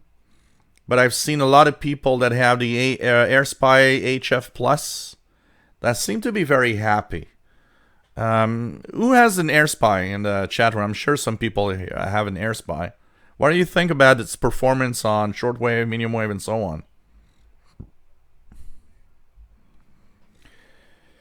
Swedley, what other hardware do you need to listen to DRM signals on the SDR Play? Well, you don't need any other hardware. You can actually, technically, if you have a good signal, there's a software on Windows called, actually not just Windows, it's an open source software.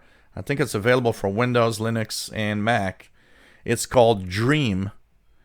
Dream is a DRM decoder. And so you could technically decode DRM signals with that.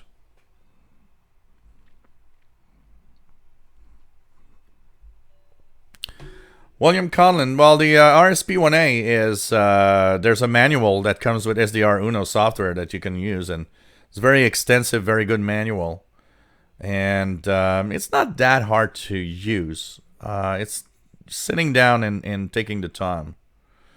Northern Rambler says on my RSP1A I used a Wellbrook loop, long wave, medium wave HF, and a couple of create log periodic aerials for VHF, UHF, 2 meter, 70 centimeter as well. Cool.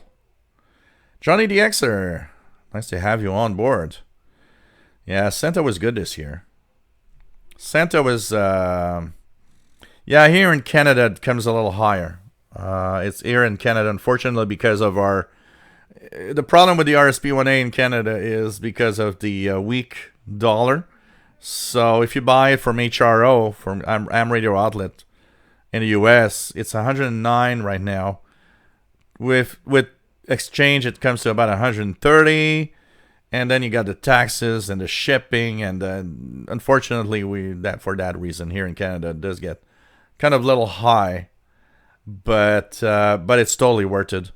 It's totally worth it. You're gonna be so happy, Vince, with that. You're gonna be finding that thing to be amazing. So yeah, I got a few little things. I've got, of course, this SDR, RTL SDR toy to play with, which is kind of nice.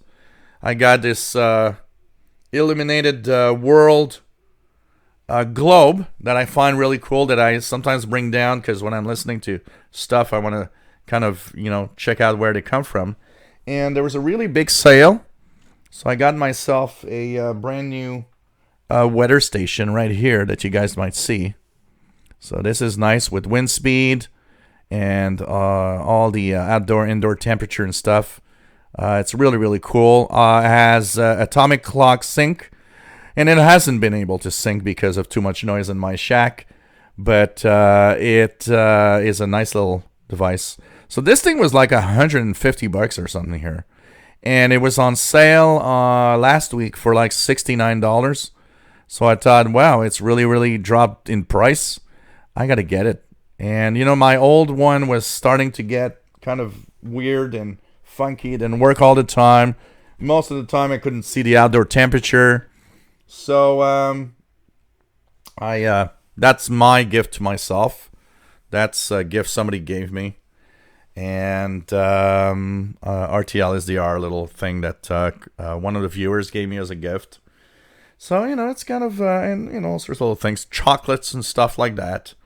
And I still have tons of chips, chocolate, peanuts, name it. There's food for the next week that still is lingering from Christmas Day.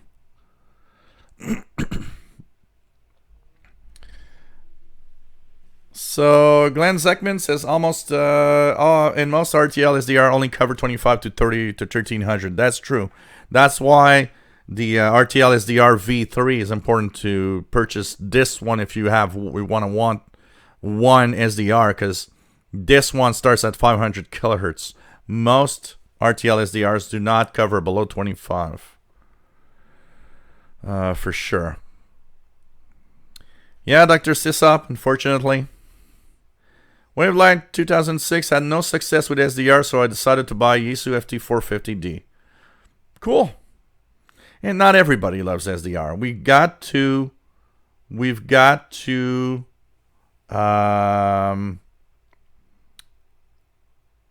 understand that not everybody likes software-defined receivers. Honestly. And that also is something that we got to think about,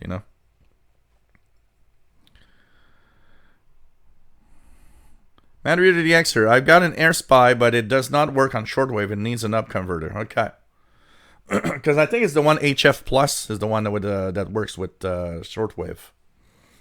Dr. Sisop, I may get my old classic radio back here. Found a Kenwood 450. President Grand 2 10-meter radio also. Cool. I like old radios. These are nice. Dave Todd never did digital modes in 20 plus years with the RS71A. The SDR Play opened a whole new aspect of radio to me.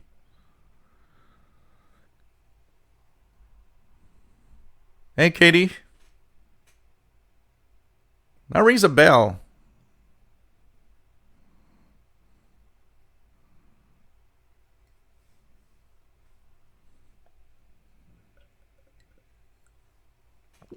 Yeah, exactly. Vince is the one from Canadian Tire.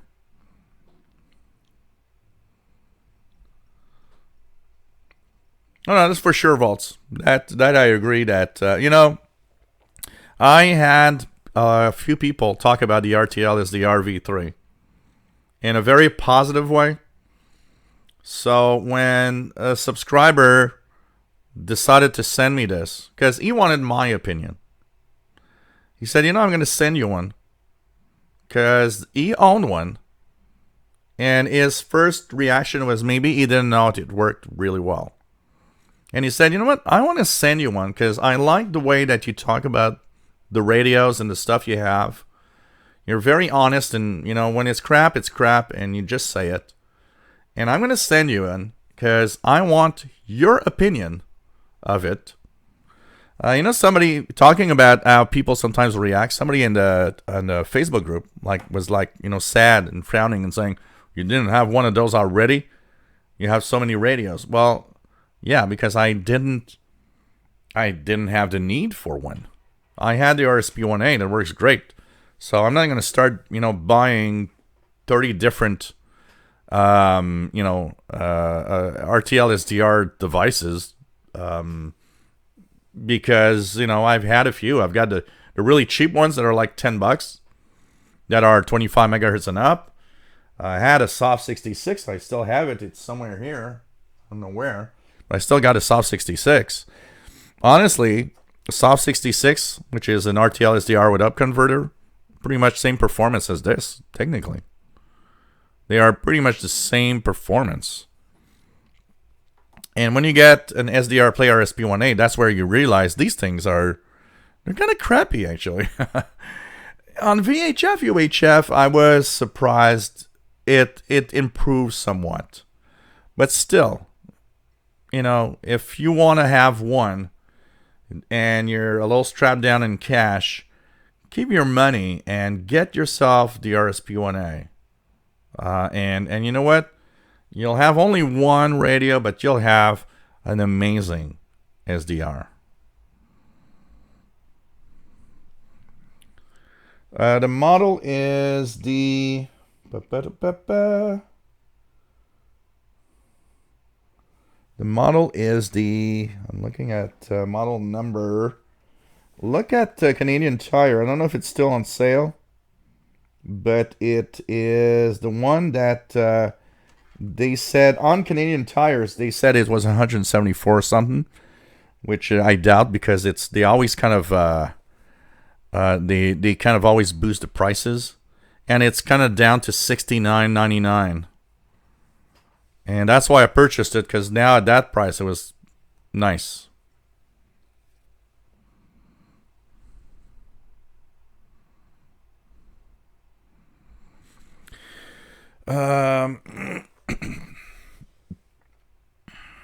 It's kind of okay on VHF. We've got to give it that. Larry Weaver, nice to have you on board.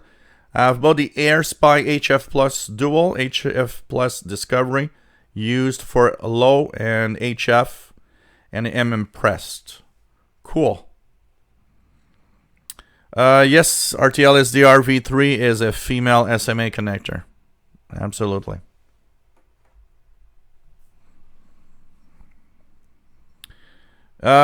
You know what, Max S-Strong? What it feels like when you look at the different models, if you have the money, I would probably purchase something like the RSP-DX because it has improved medium wave and long wave frequency sensitivity. It has multiple antenna connectors and so on, so you could go directly there. But overall performance, except for the fact that they have multiple antenna connectors and stuff like that, seems to be very similar on almost every device. The only one is the RSP-DX that seems to have improved performance on the medium wave and long wave frequency ranges. Below 2 megahertz, actually. So Drew says, amen, +1 RSP1A. Zenit 13, watch out for those black box SDR receiver that says RTL SDR on it. have an image of a waterfall printed on it. They really suck. Yeah, there's a few of those that are basically RTL SDRs, you know. James DeCalais says RTL SDR V3 is good for VHF and UHF. With a bias T, you can power up a low noise amplifier or a patch antenna for L band. You know, my performance on VHF, I have not tried UHF anything yet, and one of the things I want to try with the RTL SDR V3 is to see if I can get it to receive AM satellites on the VHF UHF range. What I have noticed is that when I tune the regular signals that I actually use as a beacon, so here I have the NOAA weather station from Burlington, Vermont, which is about more than 100 kilometers away. I compare how well I received that to my ICOM, for example. I was pleasantly surprised at its reception on VHF. But that said, I mean, you want an overall performer. If you're only VHF or UHF, it could be a cheap way of being there. But if you want an overall performer, just jump to an SDR. Xanis, yep, they're just cheap DVB dongles. Absolutely, absolutely. You know. Brad Wayne wants the RSPDX. Northern Rambler, RSP1A is the best bang for your buck for the RSDR Play Shop. There is a new one becoming available, which is slightly better, medium wave HF, the RSPDX. Yep. Take care, Sean Fahey. It's nice to have you here. Always nice to have all of you here. Hey, a little shameless promotion, as we were talking about PayPal donations earlier. How it's, you know, frowned upon. If you like what I do, don't forget you can help me out at PayPal donations or become a patron at patreon.com. I mean, it helps me maintain and try to improve upon the different the live shows and the content and everything. And don't worry, guys. I am here. I am here to stay. Don't worry. I'm not moving. I'm not going anywhere. This shortwave channel is here to stay, for sure. No problem, PLF Radio. Take care, my friend. Fais attention à toi et bonne année.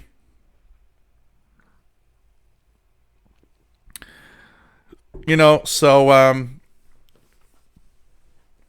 it's always nice to have everybody here, and I hope that you enjoy what I do. Hey, René Charbonnier, good night. Take care, my friend. Eric Cottrell, one reason of the difference between the RTL SDR, all of them, versus SDR Play or SPI is the number of bits used during the digitizing the RF.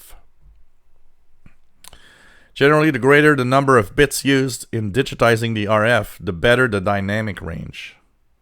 Rufus Newt, nice to have you on board. Nice to have you on board, Rufus. So you're watching the Shortwave show, and we talked about, the unfortunate end to Two Hands in a Radio. Once again, that I would really love if he'd reconsider and try to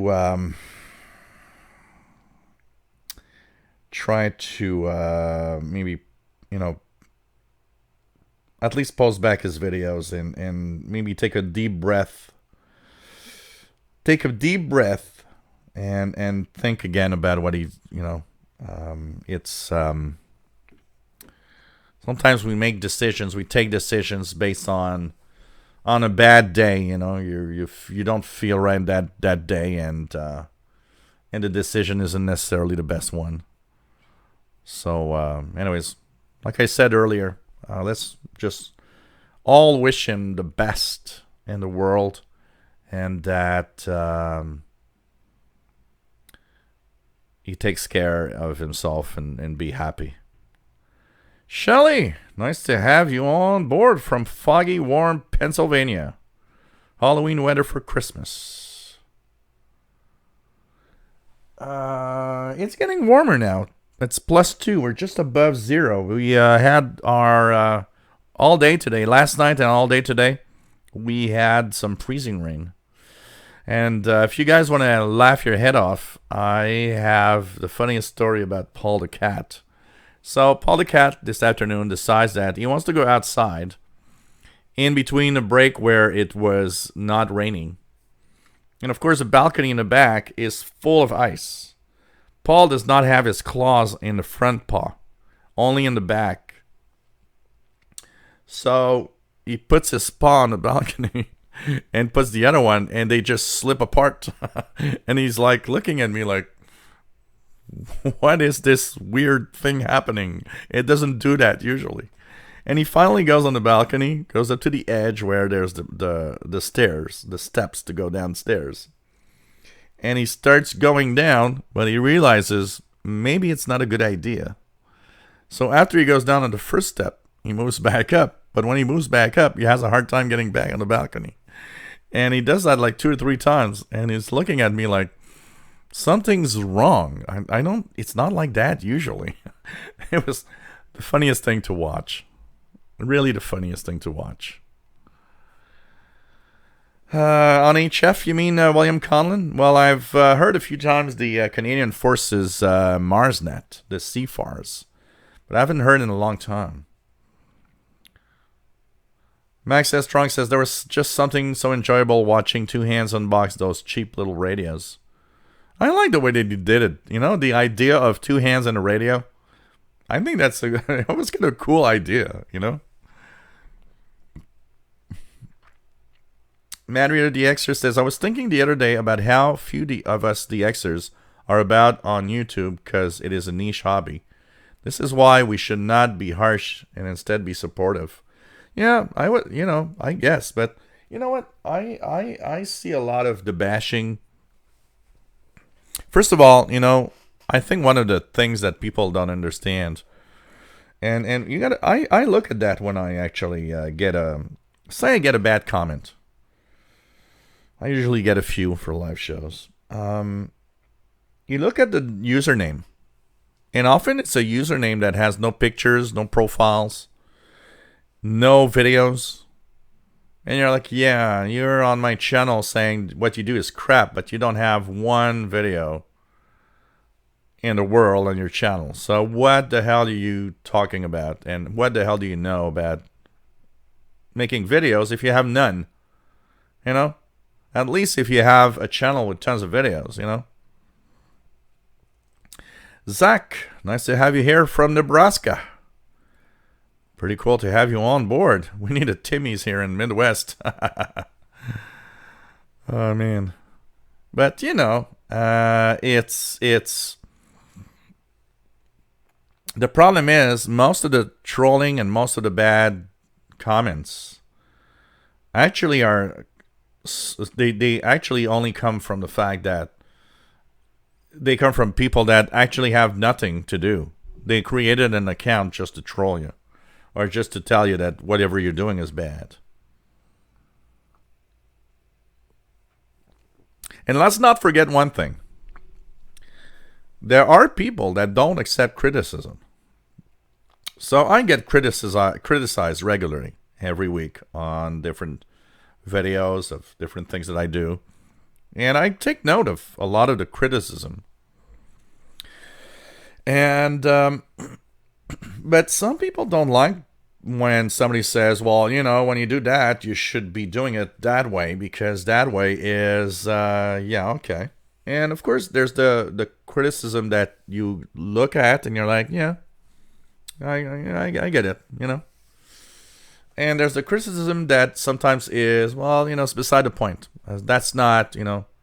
One of the things that I often say here when somebody criticizes on specific aspects, I often say, you know, I get the drift, but that's my way. And I do it like that because it's my way. I don't know how many people told me, I like your channel. No annoying 20-second music just before you get into the subject. You're just like, hey, everybody, how are you? Let's talk about this. And actually, a lot of people come back and say, you know what? I kind of like that. I don't want to have that 20 or 30-second intro of whatever, Of course, it changes for some people, having an intro and having all of that makes it higher quality production. I'm just doing it my way. That's it. If you want to have intros on stuff, just do your own channel, make your videos, and put that 20-second intro.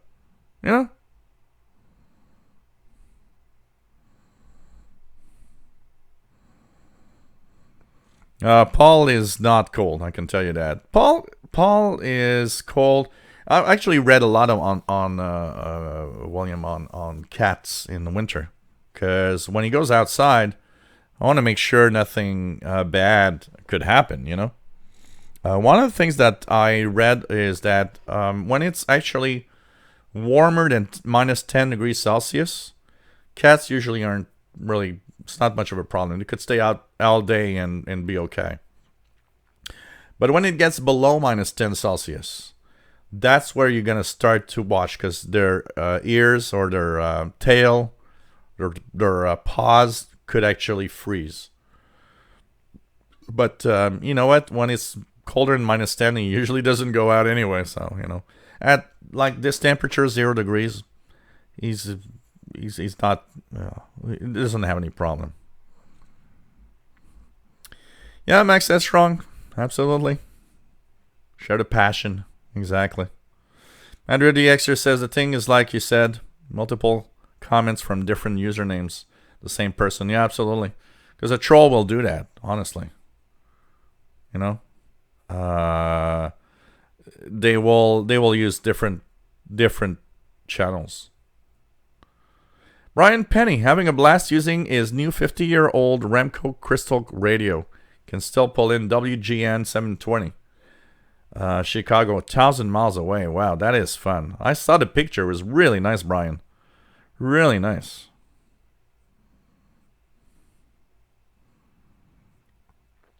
I mean, we all have our own way of thinking and our own way of doing stuff, but there's a way to criticize, and there's a way to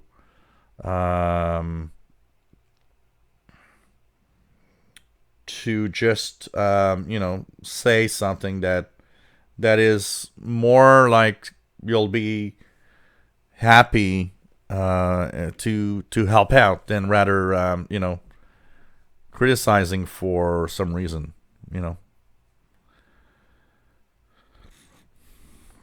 That's not impossible, David. Bots could be, a bot could be giving thumbs down, that's for sure.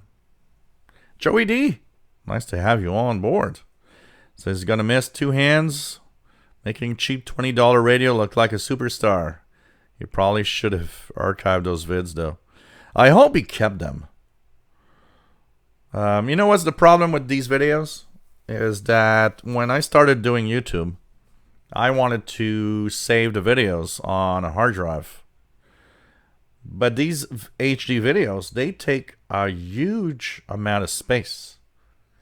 And when I had like 4 or 5 terabyte drives filled up, I thought, I can't continue doing this. I cannot keep a copy of all of my videos. It's impossible. And you kind of rely on the fact that, well, YouTube has got them, and hopefully nothing bad's going to happen. It's not the best in the world, but, if I had to keep all the videos I did, I would have a house full of hard drives.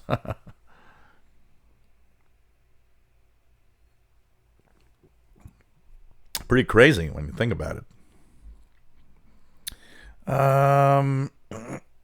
What else do we have? No, Google Drive, forget it. It's terabytes and terabytes, Bolin 191. You do not get terabytes and terabytes of online storage for free, I can tell you that.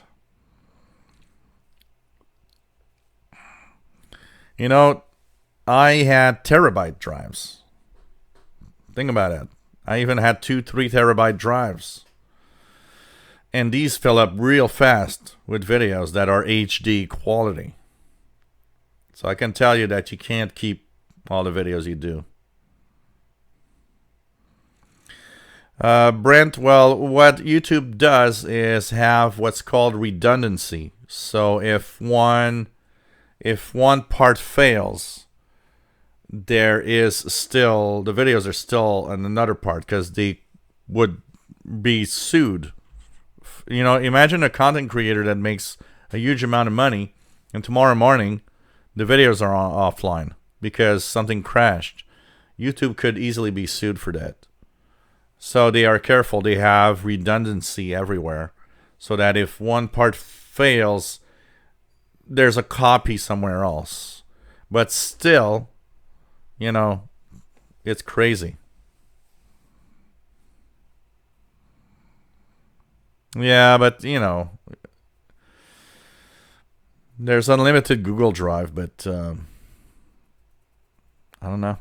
And I'm not sure it's unlimited, actually. They say unlimited, but, you know, I don't know.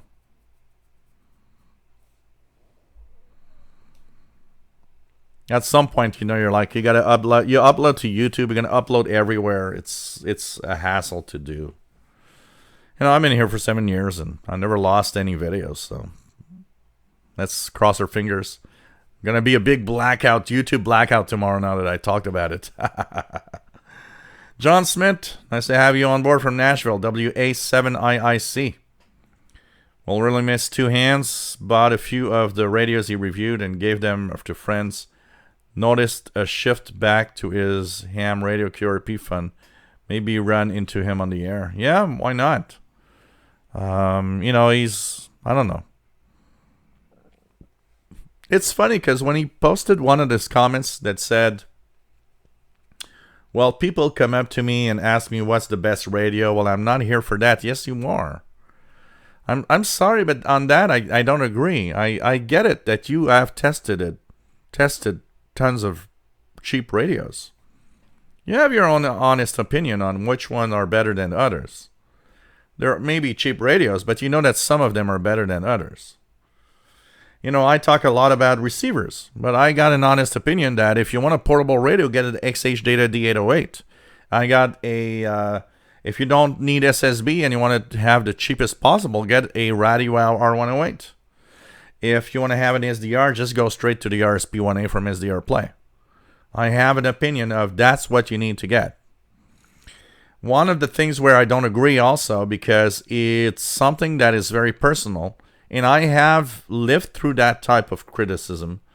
It's somebody buying a RadioWow R108 coming up to me and saying in a comment, well, I bought that radio because you said it was good. Well, I'm not getting anything. Well, that problem isn't that the radio's no good or my comment or me saying it's good. There's nothing wrong with it.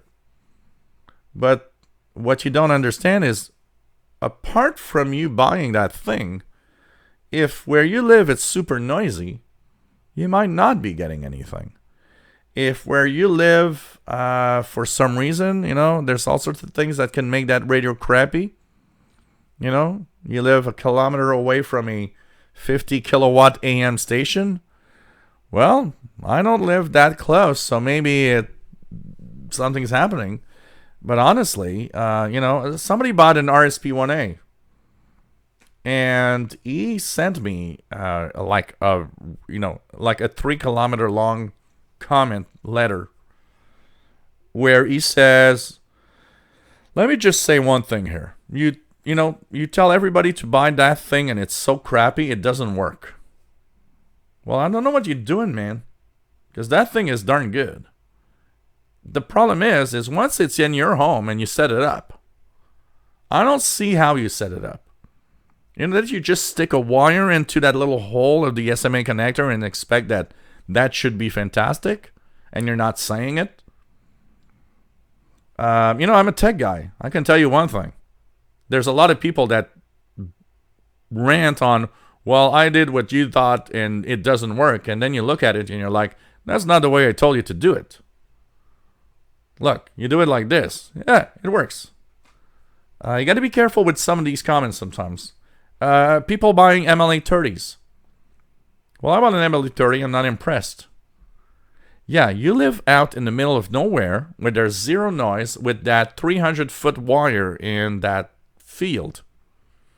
Of course, you're not going to get better performance on an MLA 30 when that is the way things are at your place. If I had no noise and 400 feet of wire in a field, I would not need to buy an MLA 30. It's all a question of how you are set up. But in an urban area, middle of the city, the MLA 30 is darn good. It helped me improve a lot of what I receive. And it is understanding all of that. And that's where there's one part you do an effort and talk about something. There's the other part where you gotta just like, well, you know, somebody telling me MLA 30 is so noisy. Where you put it up, you know, how is it set up? Maybe that little power supply you use is crappy. I don't know. You know, I got a great, and the majority of people have great reception. So, Two Ends on the Radio, and in his comment of the last video, one of the things he says is, you know, well, I'm tired of people coming up to me and saying, well, which radio should I buy? Well, if you reviewed 100 radios, there is one thing you got to understand, man. You have an idea of which of the 100 radios is better than the others. I got more than 100 radios here. I can tell you there's a few of them that I would say buy that. And there's a few of them I would say stay away from that. So, you know, that's the thing you need to check out. That's the thing you need to understand. At some point, people rely on you for that. People rely on you for that. And it's part of the thing. It's part of the job. And you will always have somebody that you told that person, well, this is great, buy that. And they're going to come back to you and say, well, wow, that's the crappiest experience I've ever had. I don't know. I don't know what he wanted to expect on that side, though.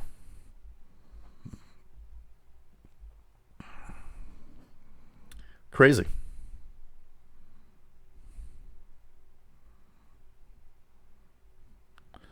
What else do we have? Solar Drew, when I remember when the whole YouTube ID was announced, I thought to myself, no way, no one could store that amount of... Oh, it's crazy, eh? Shelly, I'm learning how to use the XH Data D808 my son gave me for Christmas by watching your videos. It's still hard for me, but I figured I'll keep playing with it. And I promise, within the next week or two, I'll post more of those videos. Vince, in 3 weeks I'm going to Taiwan. I want to go and sit next to Maoli Antenna and listen to RTI.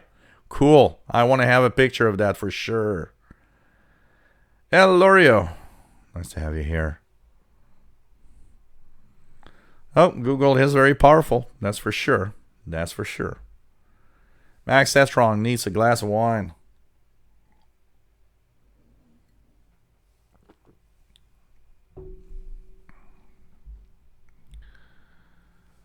There's nothing complicated in putting an RSB1A up. I can tell you that. Roughest Newt. But I bought the 20 megabyte hard drive.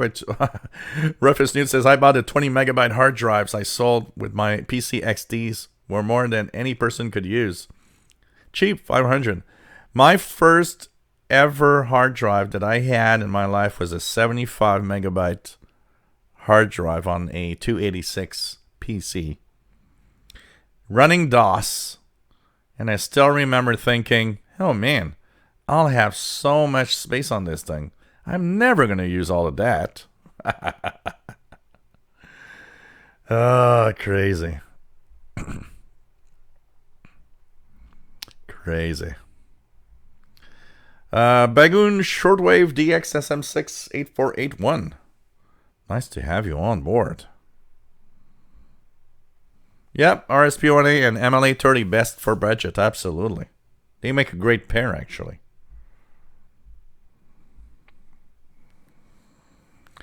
Is the Max S Strong, is the SDR Play HF performance comparable to a decent tabletop receiver? I can say that if I haven't touched my ICOM ICR 8500, that's because the performance of the SDR Play is really, really amazingly good. Solar Juice has stuffed his MLA30 in the attic today for a few bucks. Can never complain about it. You know. How's the gaming comeback going? Oh, it's going well, of the dawn. I actually had, I forgot, I had a really nice gift. My nephew gave me a Xbox One controller. And I've been playing Halo Reach for the past couple of days a lot on my laptop. It's really a lot of fun, and the Xbox One controller works great. So it's really, really nice. Lagoon Shortwave, yep, basically a good SDR and MLA30. Sure, the antenna is not an icon grade product. It works for a budget, but it's still great. Hey, Cool AM Radio, nice to have you on board, my friend. How are you, Andre? How are you, my friend? And promo for Texas Radio Shortwave. Nice to have you here. But Jill, can you recommend someone a good beer? You know what the problem with beer is? That compared to radio, anywhere around the world, you can pretty much get the same radios. I can't really recommend a good beer to everybody around the world because not everybody has access to the same beer. That is different. Rufus Newt, there's always a lemon in the crowd. I hated recommending anything to anyone given an evaluation. That is all. Yeah, of course. One of the things I think is that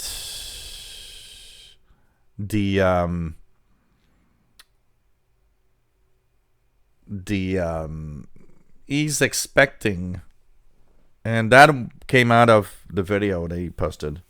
He was expecting people to look at his videos and come up with their own, oh, that radio is the best. It just doesn't work like that. 4185 upper sideband. Anything here? Oops. 4185. I'm not getting anything here right now.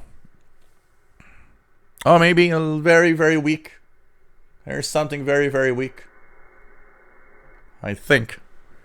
Or I'm crazy. Jeff Barrett, so I can't blame you, my misbehaving SHD808. You mean it's a random bad radio? I need to blame someone, Jill. And while I'm at it, the whole price of gas thing is getting ridiculous. Oh, man. You know.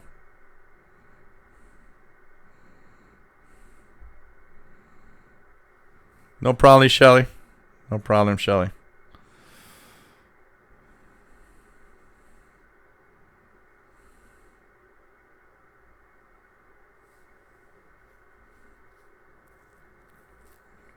Yeah, it changes a lot of vaults over time when you keep on the same frequency with that digital signal. Solar Jewel, you hinted you're secretly a nerd. I am too. You have had an experience with the Cisco UCS platform.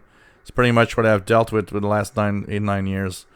No, not much, Solar Jewel. I was more at the level of the regular, everyday average user. I've never really been much in the business side of things. Madrina DX, are using 2 hard drives or more for RAID, with SSD drives being so fast. I wonder if RAID is still used for increased speed. I don't think that must change much today with SSDs. Two Brook Tim, nice to have you on board. Which ones did you use, Two Brook Tim? Because it's always the weight of I have several computers here, and my RSP1A is not more noisy than my ICOM on standalone without a computer. So it's kind of interesting. I'd like to see your setup too, Brookton. Because I know there's been a lot. Which are the SDRs that you use? And try, just out of curiosity, to Brookton. Hey, Shady Pyro 90 is back. Nice to have you here. And you're watching the Shortwave radio show. Don't forget, guys. We have a Facebook group where you can join in and, continue. When this is over, it's the place where everybody is. Share your shack pictures, radio pictures, videos of what you're listening to, or just what you're listening to. And it's a lot of fun. It has the same name as this YouTube channel, official SWL channel. And I can tell you, this is the place to be once these live shows are off. So join the Facebook group. It's really a great gang and a lot of fun.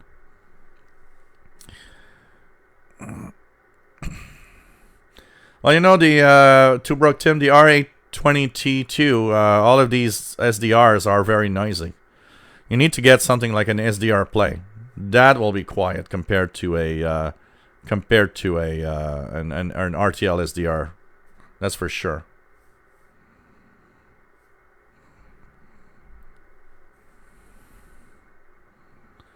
Rufus new Facebook page is great. Yeah. Absolutely. You need to have something like an RSP1 from SDR Player, stuff like that. It's like I was talking earlier to Brook Tim, the RTL SDR here. That thing is not as noisy as most SDRs or RTL SDRs that I've seen, but they're not worth it. For performance on HF, they're not worth it. Bagun Shortwave, yeah, RTL SDR good on VHF, UHF, but horrible on HF. Absolutely. That's for sure. The RSP1A is so much better than any RTL SDR. Absolutely. Like Bagun Shortwave.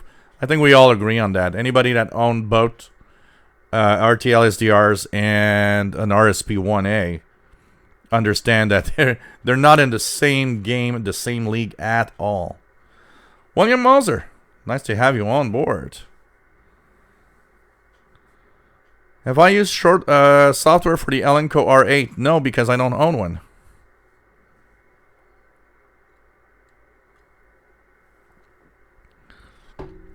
So I was thinking about it today because I did talk about it.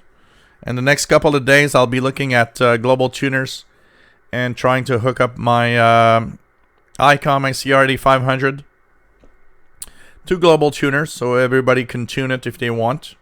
At least it'll be used for something. It's probably going to be used tomorrow for some SSTV, and even then, I'm not even sure. I think I'm going to be using the RSP device. So I'll basically be having my ICOM, my CRD 500 online on the global tuners in the next, hopefully in the next week. I'm going to check to make sure that I have it in the next week. It's going to be using the W6 LVP loop on HF, and it'll be using the mobile vertical VHF UHF antenna for VHF. So I'll be online most of the time, unless I'm using it, but most of the time. So of course I'll give you guys details when it's all there, for sure.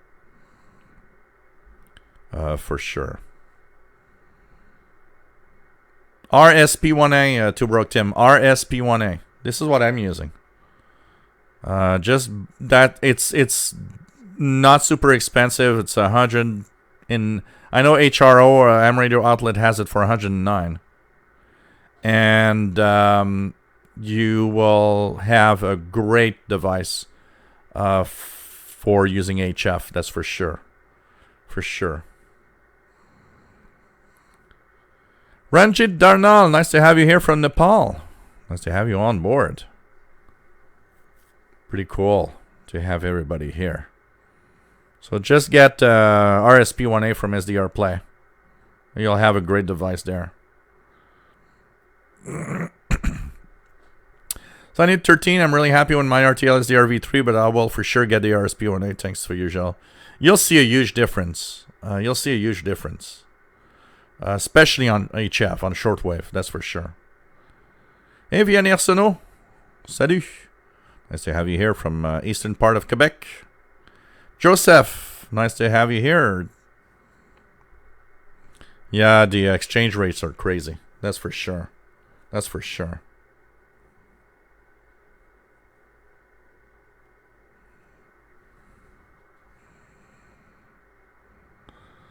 Yeah, well, we thought about things like Skype, Solar Drew Skyping, stuff like that.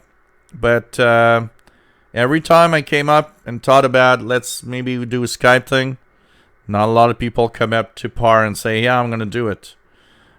People have, even when we did the CIDX barbecue, Sheldon had set up Skype. Nobody called. People are kind of shy-ish about that, you know. You don't necessarily realize I'm here and I talk to you guys and I'm happy and I look like I'm at home, which is I'm at home anyways. But I mean, I look stressed? I'm not. I just talk and I'm just here. And that's where you start looking at when people want to interact with you. They're not in the same level. They're kind of shy to be there and participate with you in that live show. It's kind of different. You see, it's kind of different. People aren't that open to doing something like that.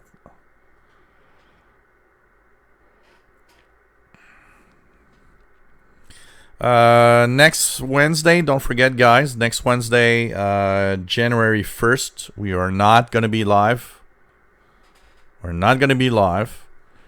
And we will be back, of course, next Friday. 2020. Is this incredible? We're going to be back in the new year. January the 3rd. Just crazy when you think about it, that we are going to be live in the new year. A new year, a new decade. I mean, 2019. I'm gonna check out. I'm trying to find all the stations on shortwave that left us between 2010 and 2019. Don't forget, by the way, that Transworld Radio Swaziland is supposed to end its transmissions on December 31st. So that's kind of interesting. MBB373, is there a way to do ADSB on Windows without ADSB Spy as it requires a specific SDR? I use a hack RF one on Windows. I don't know. I do it on. I don't know. The only place I've done ADSB was on my Android phone with an RTL SDR. Danny Shortwave Radio DX, nice to have you on board from Yonkers, New York. Pretty cool to have you here. Northern Rambler, it's just a page, Facebook group. It's a Facebook group. David, I just hope your R8500 won't wear out prematurely by having it always on. It'd be a shame. I use mine with MLA30, also in my offset dish. I don't think so. I don't think it's going to change much being on all the time or not. Electronics in general is not that dependent on being on all the time. And at least it'll be used. I mean, it's rather doing that than being turned off all the time. And I think it's going to be fun. People are going to be able to, tune around Montreal for shortwave or whatever, VHF, UHF. Bagoon Shortwave, if I compare my PL660 and the RSP1A, they are pretty similar, but the 660 is more sensitive. But the RSP1A has got filters that can pull out stations and a lot of interference. Interesting.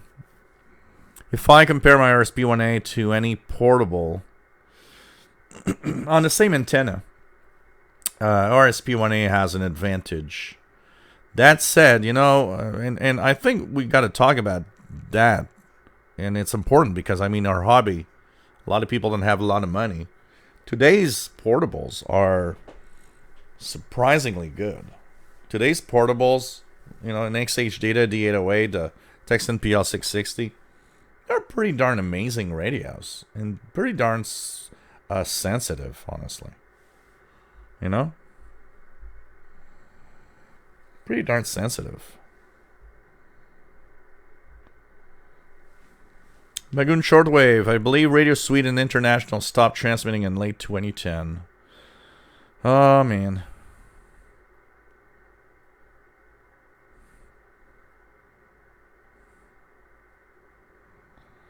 Well, you know what, Tuborg Tim? That is exactly not true because all the shortwave broadcasts that have left are not online. They are just leaving. 90% of all shortwave broadcasters that left shortwave do not have an online presence at all. Radio Netherlands isn't online. Most of the shortwave broadcasters just leave and that's it. Now, shortwave broadcasting is not going away because there's very few stations that are leaving lately. And it's actually increasing in many parts of the world. It's a different world we live in. But Africa, Asia still got... Listen to an SDR in Asia. It sounds like shortwave in North America in the 80s or 70s. The thing is they're shifting the broadcast. But the BBC has more hours on shortwave than it ever had in the past 10 years. Voice of America also. They're all increasing because they all see the need for that. And nope, they're not going online. Almost all the stations that leave shortwave don't have an online presence at all. At all. Bagoon Shortwave, yeah, Joel, same antenna, of course. Antennas are number one priority in my opinion. Absolutely. Absolutely. They've taught, can the R8500 be powered by an external 12-volt source? Keep the heat down inside. Well, actually, yes, it can, but the power supply in the 8500 is not in the radio. It's an outboard power supply. Max says, strong quality of modern shortwave radios is amazing. Absolutely. David, I agree, Joel. Yep. If it's a way to give it some use, then that's nice. Make sure to check it out. Absolutely, you know. Honestly. Ranjit Darnal says, Radio Nepal 5005 kHz left shortwave due to shortage of spare parts. Unfortunately, a lot of stations, you know, from Africa, from South America, a lot of the stations that left shortwave was because the transmitter broke and didn't have any money for repairing the transmitter or finding parts.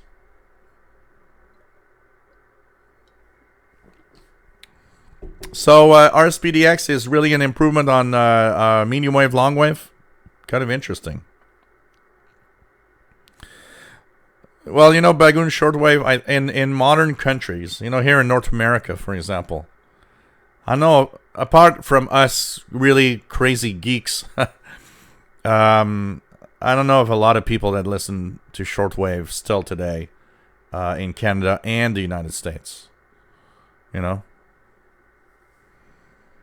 1869.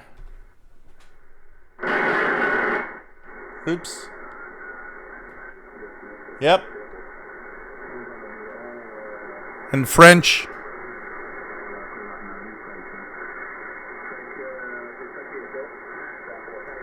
Yeah, Vianney. French. They're French Québécois.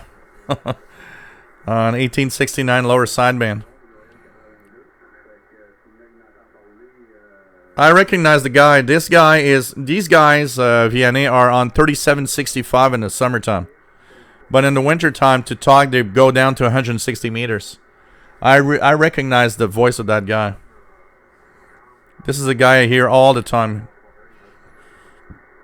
Chuck Yunkin, nice to have you here. Max Estrong, all the praise for SDR play is tempting to me, even though I hate fussing with software. All I want is a large screen waterfall. SDR play seems the easiest way to get there. It is pretty much.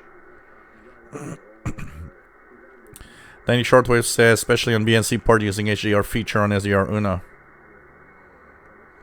Solar Jew says, Texas Radio Shortwave 4185 upper sideband. So, but I was barely hearing it. Yeah, James Lekele, Europe 1 is ceasing transmissions on 1st January, unfortunately.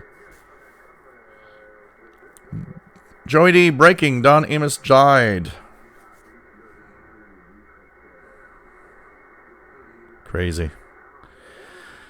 So, hey guys, I'm going to say goodbye to you guys because I'm a little hungry and I'm going to take it easy. It's been a tough week with Christmas and parties and stuff.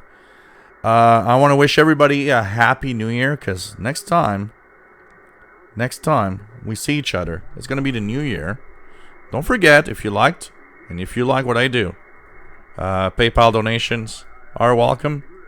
So paypal.me/shortwave, or on the PayPal, the Yahoo email that you see here, or become a patron on patreon.com. 13 patrons right now. Hope you enjoy what I do, and if you do, please help out. Really is good. Don't worry, guys. In 2020, I promise I'll be here all year doing shortwave stuff. I'm not going away. I'm not abandoning. Don't worry about that. We're going to see you in the new year. Next show is next Friday, January 3rd, 2020. A new decade is starting of shortwave radio listening. And of course, we'll be again together to go through that and hopefully have fun with our radios. Take care, everybody. Stay safe. Happy New Year. All the best for 2020. The most important thing, health, because that's the number one driver of anybody. If you're healthy, you can do anything in life. You take care, everybody. Love you all. Stay safe. Bye-bye.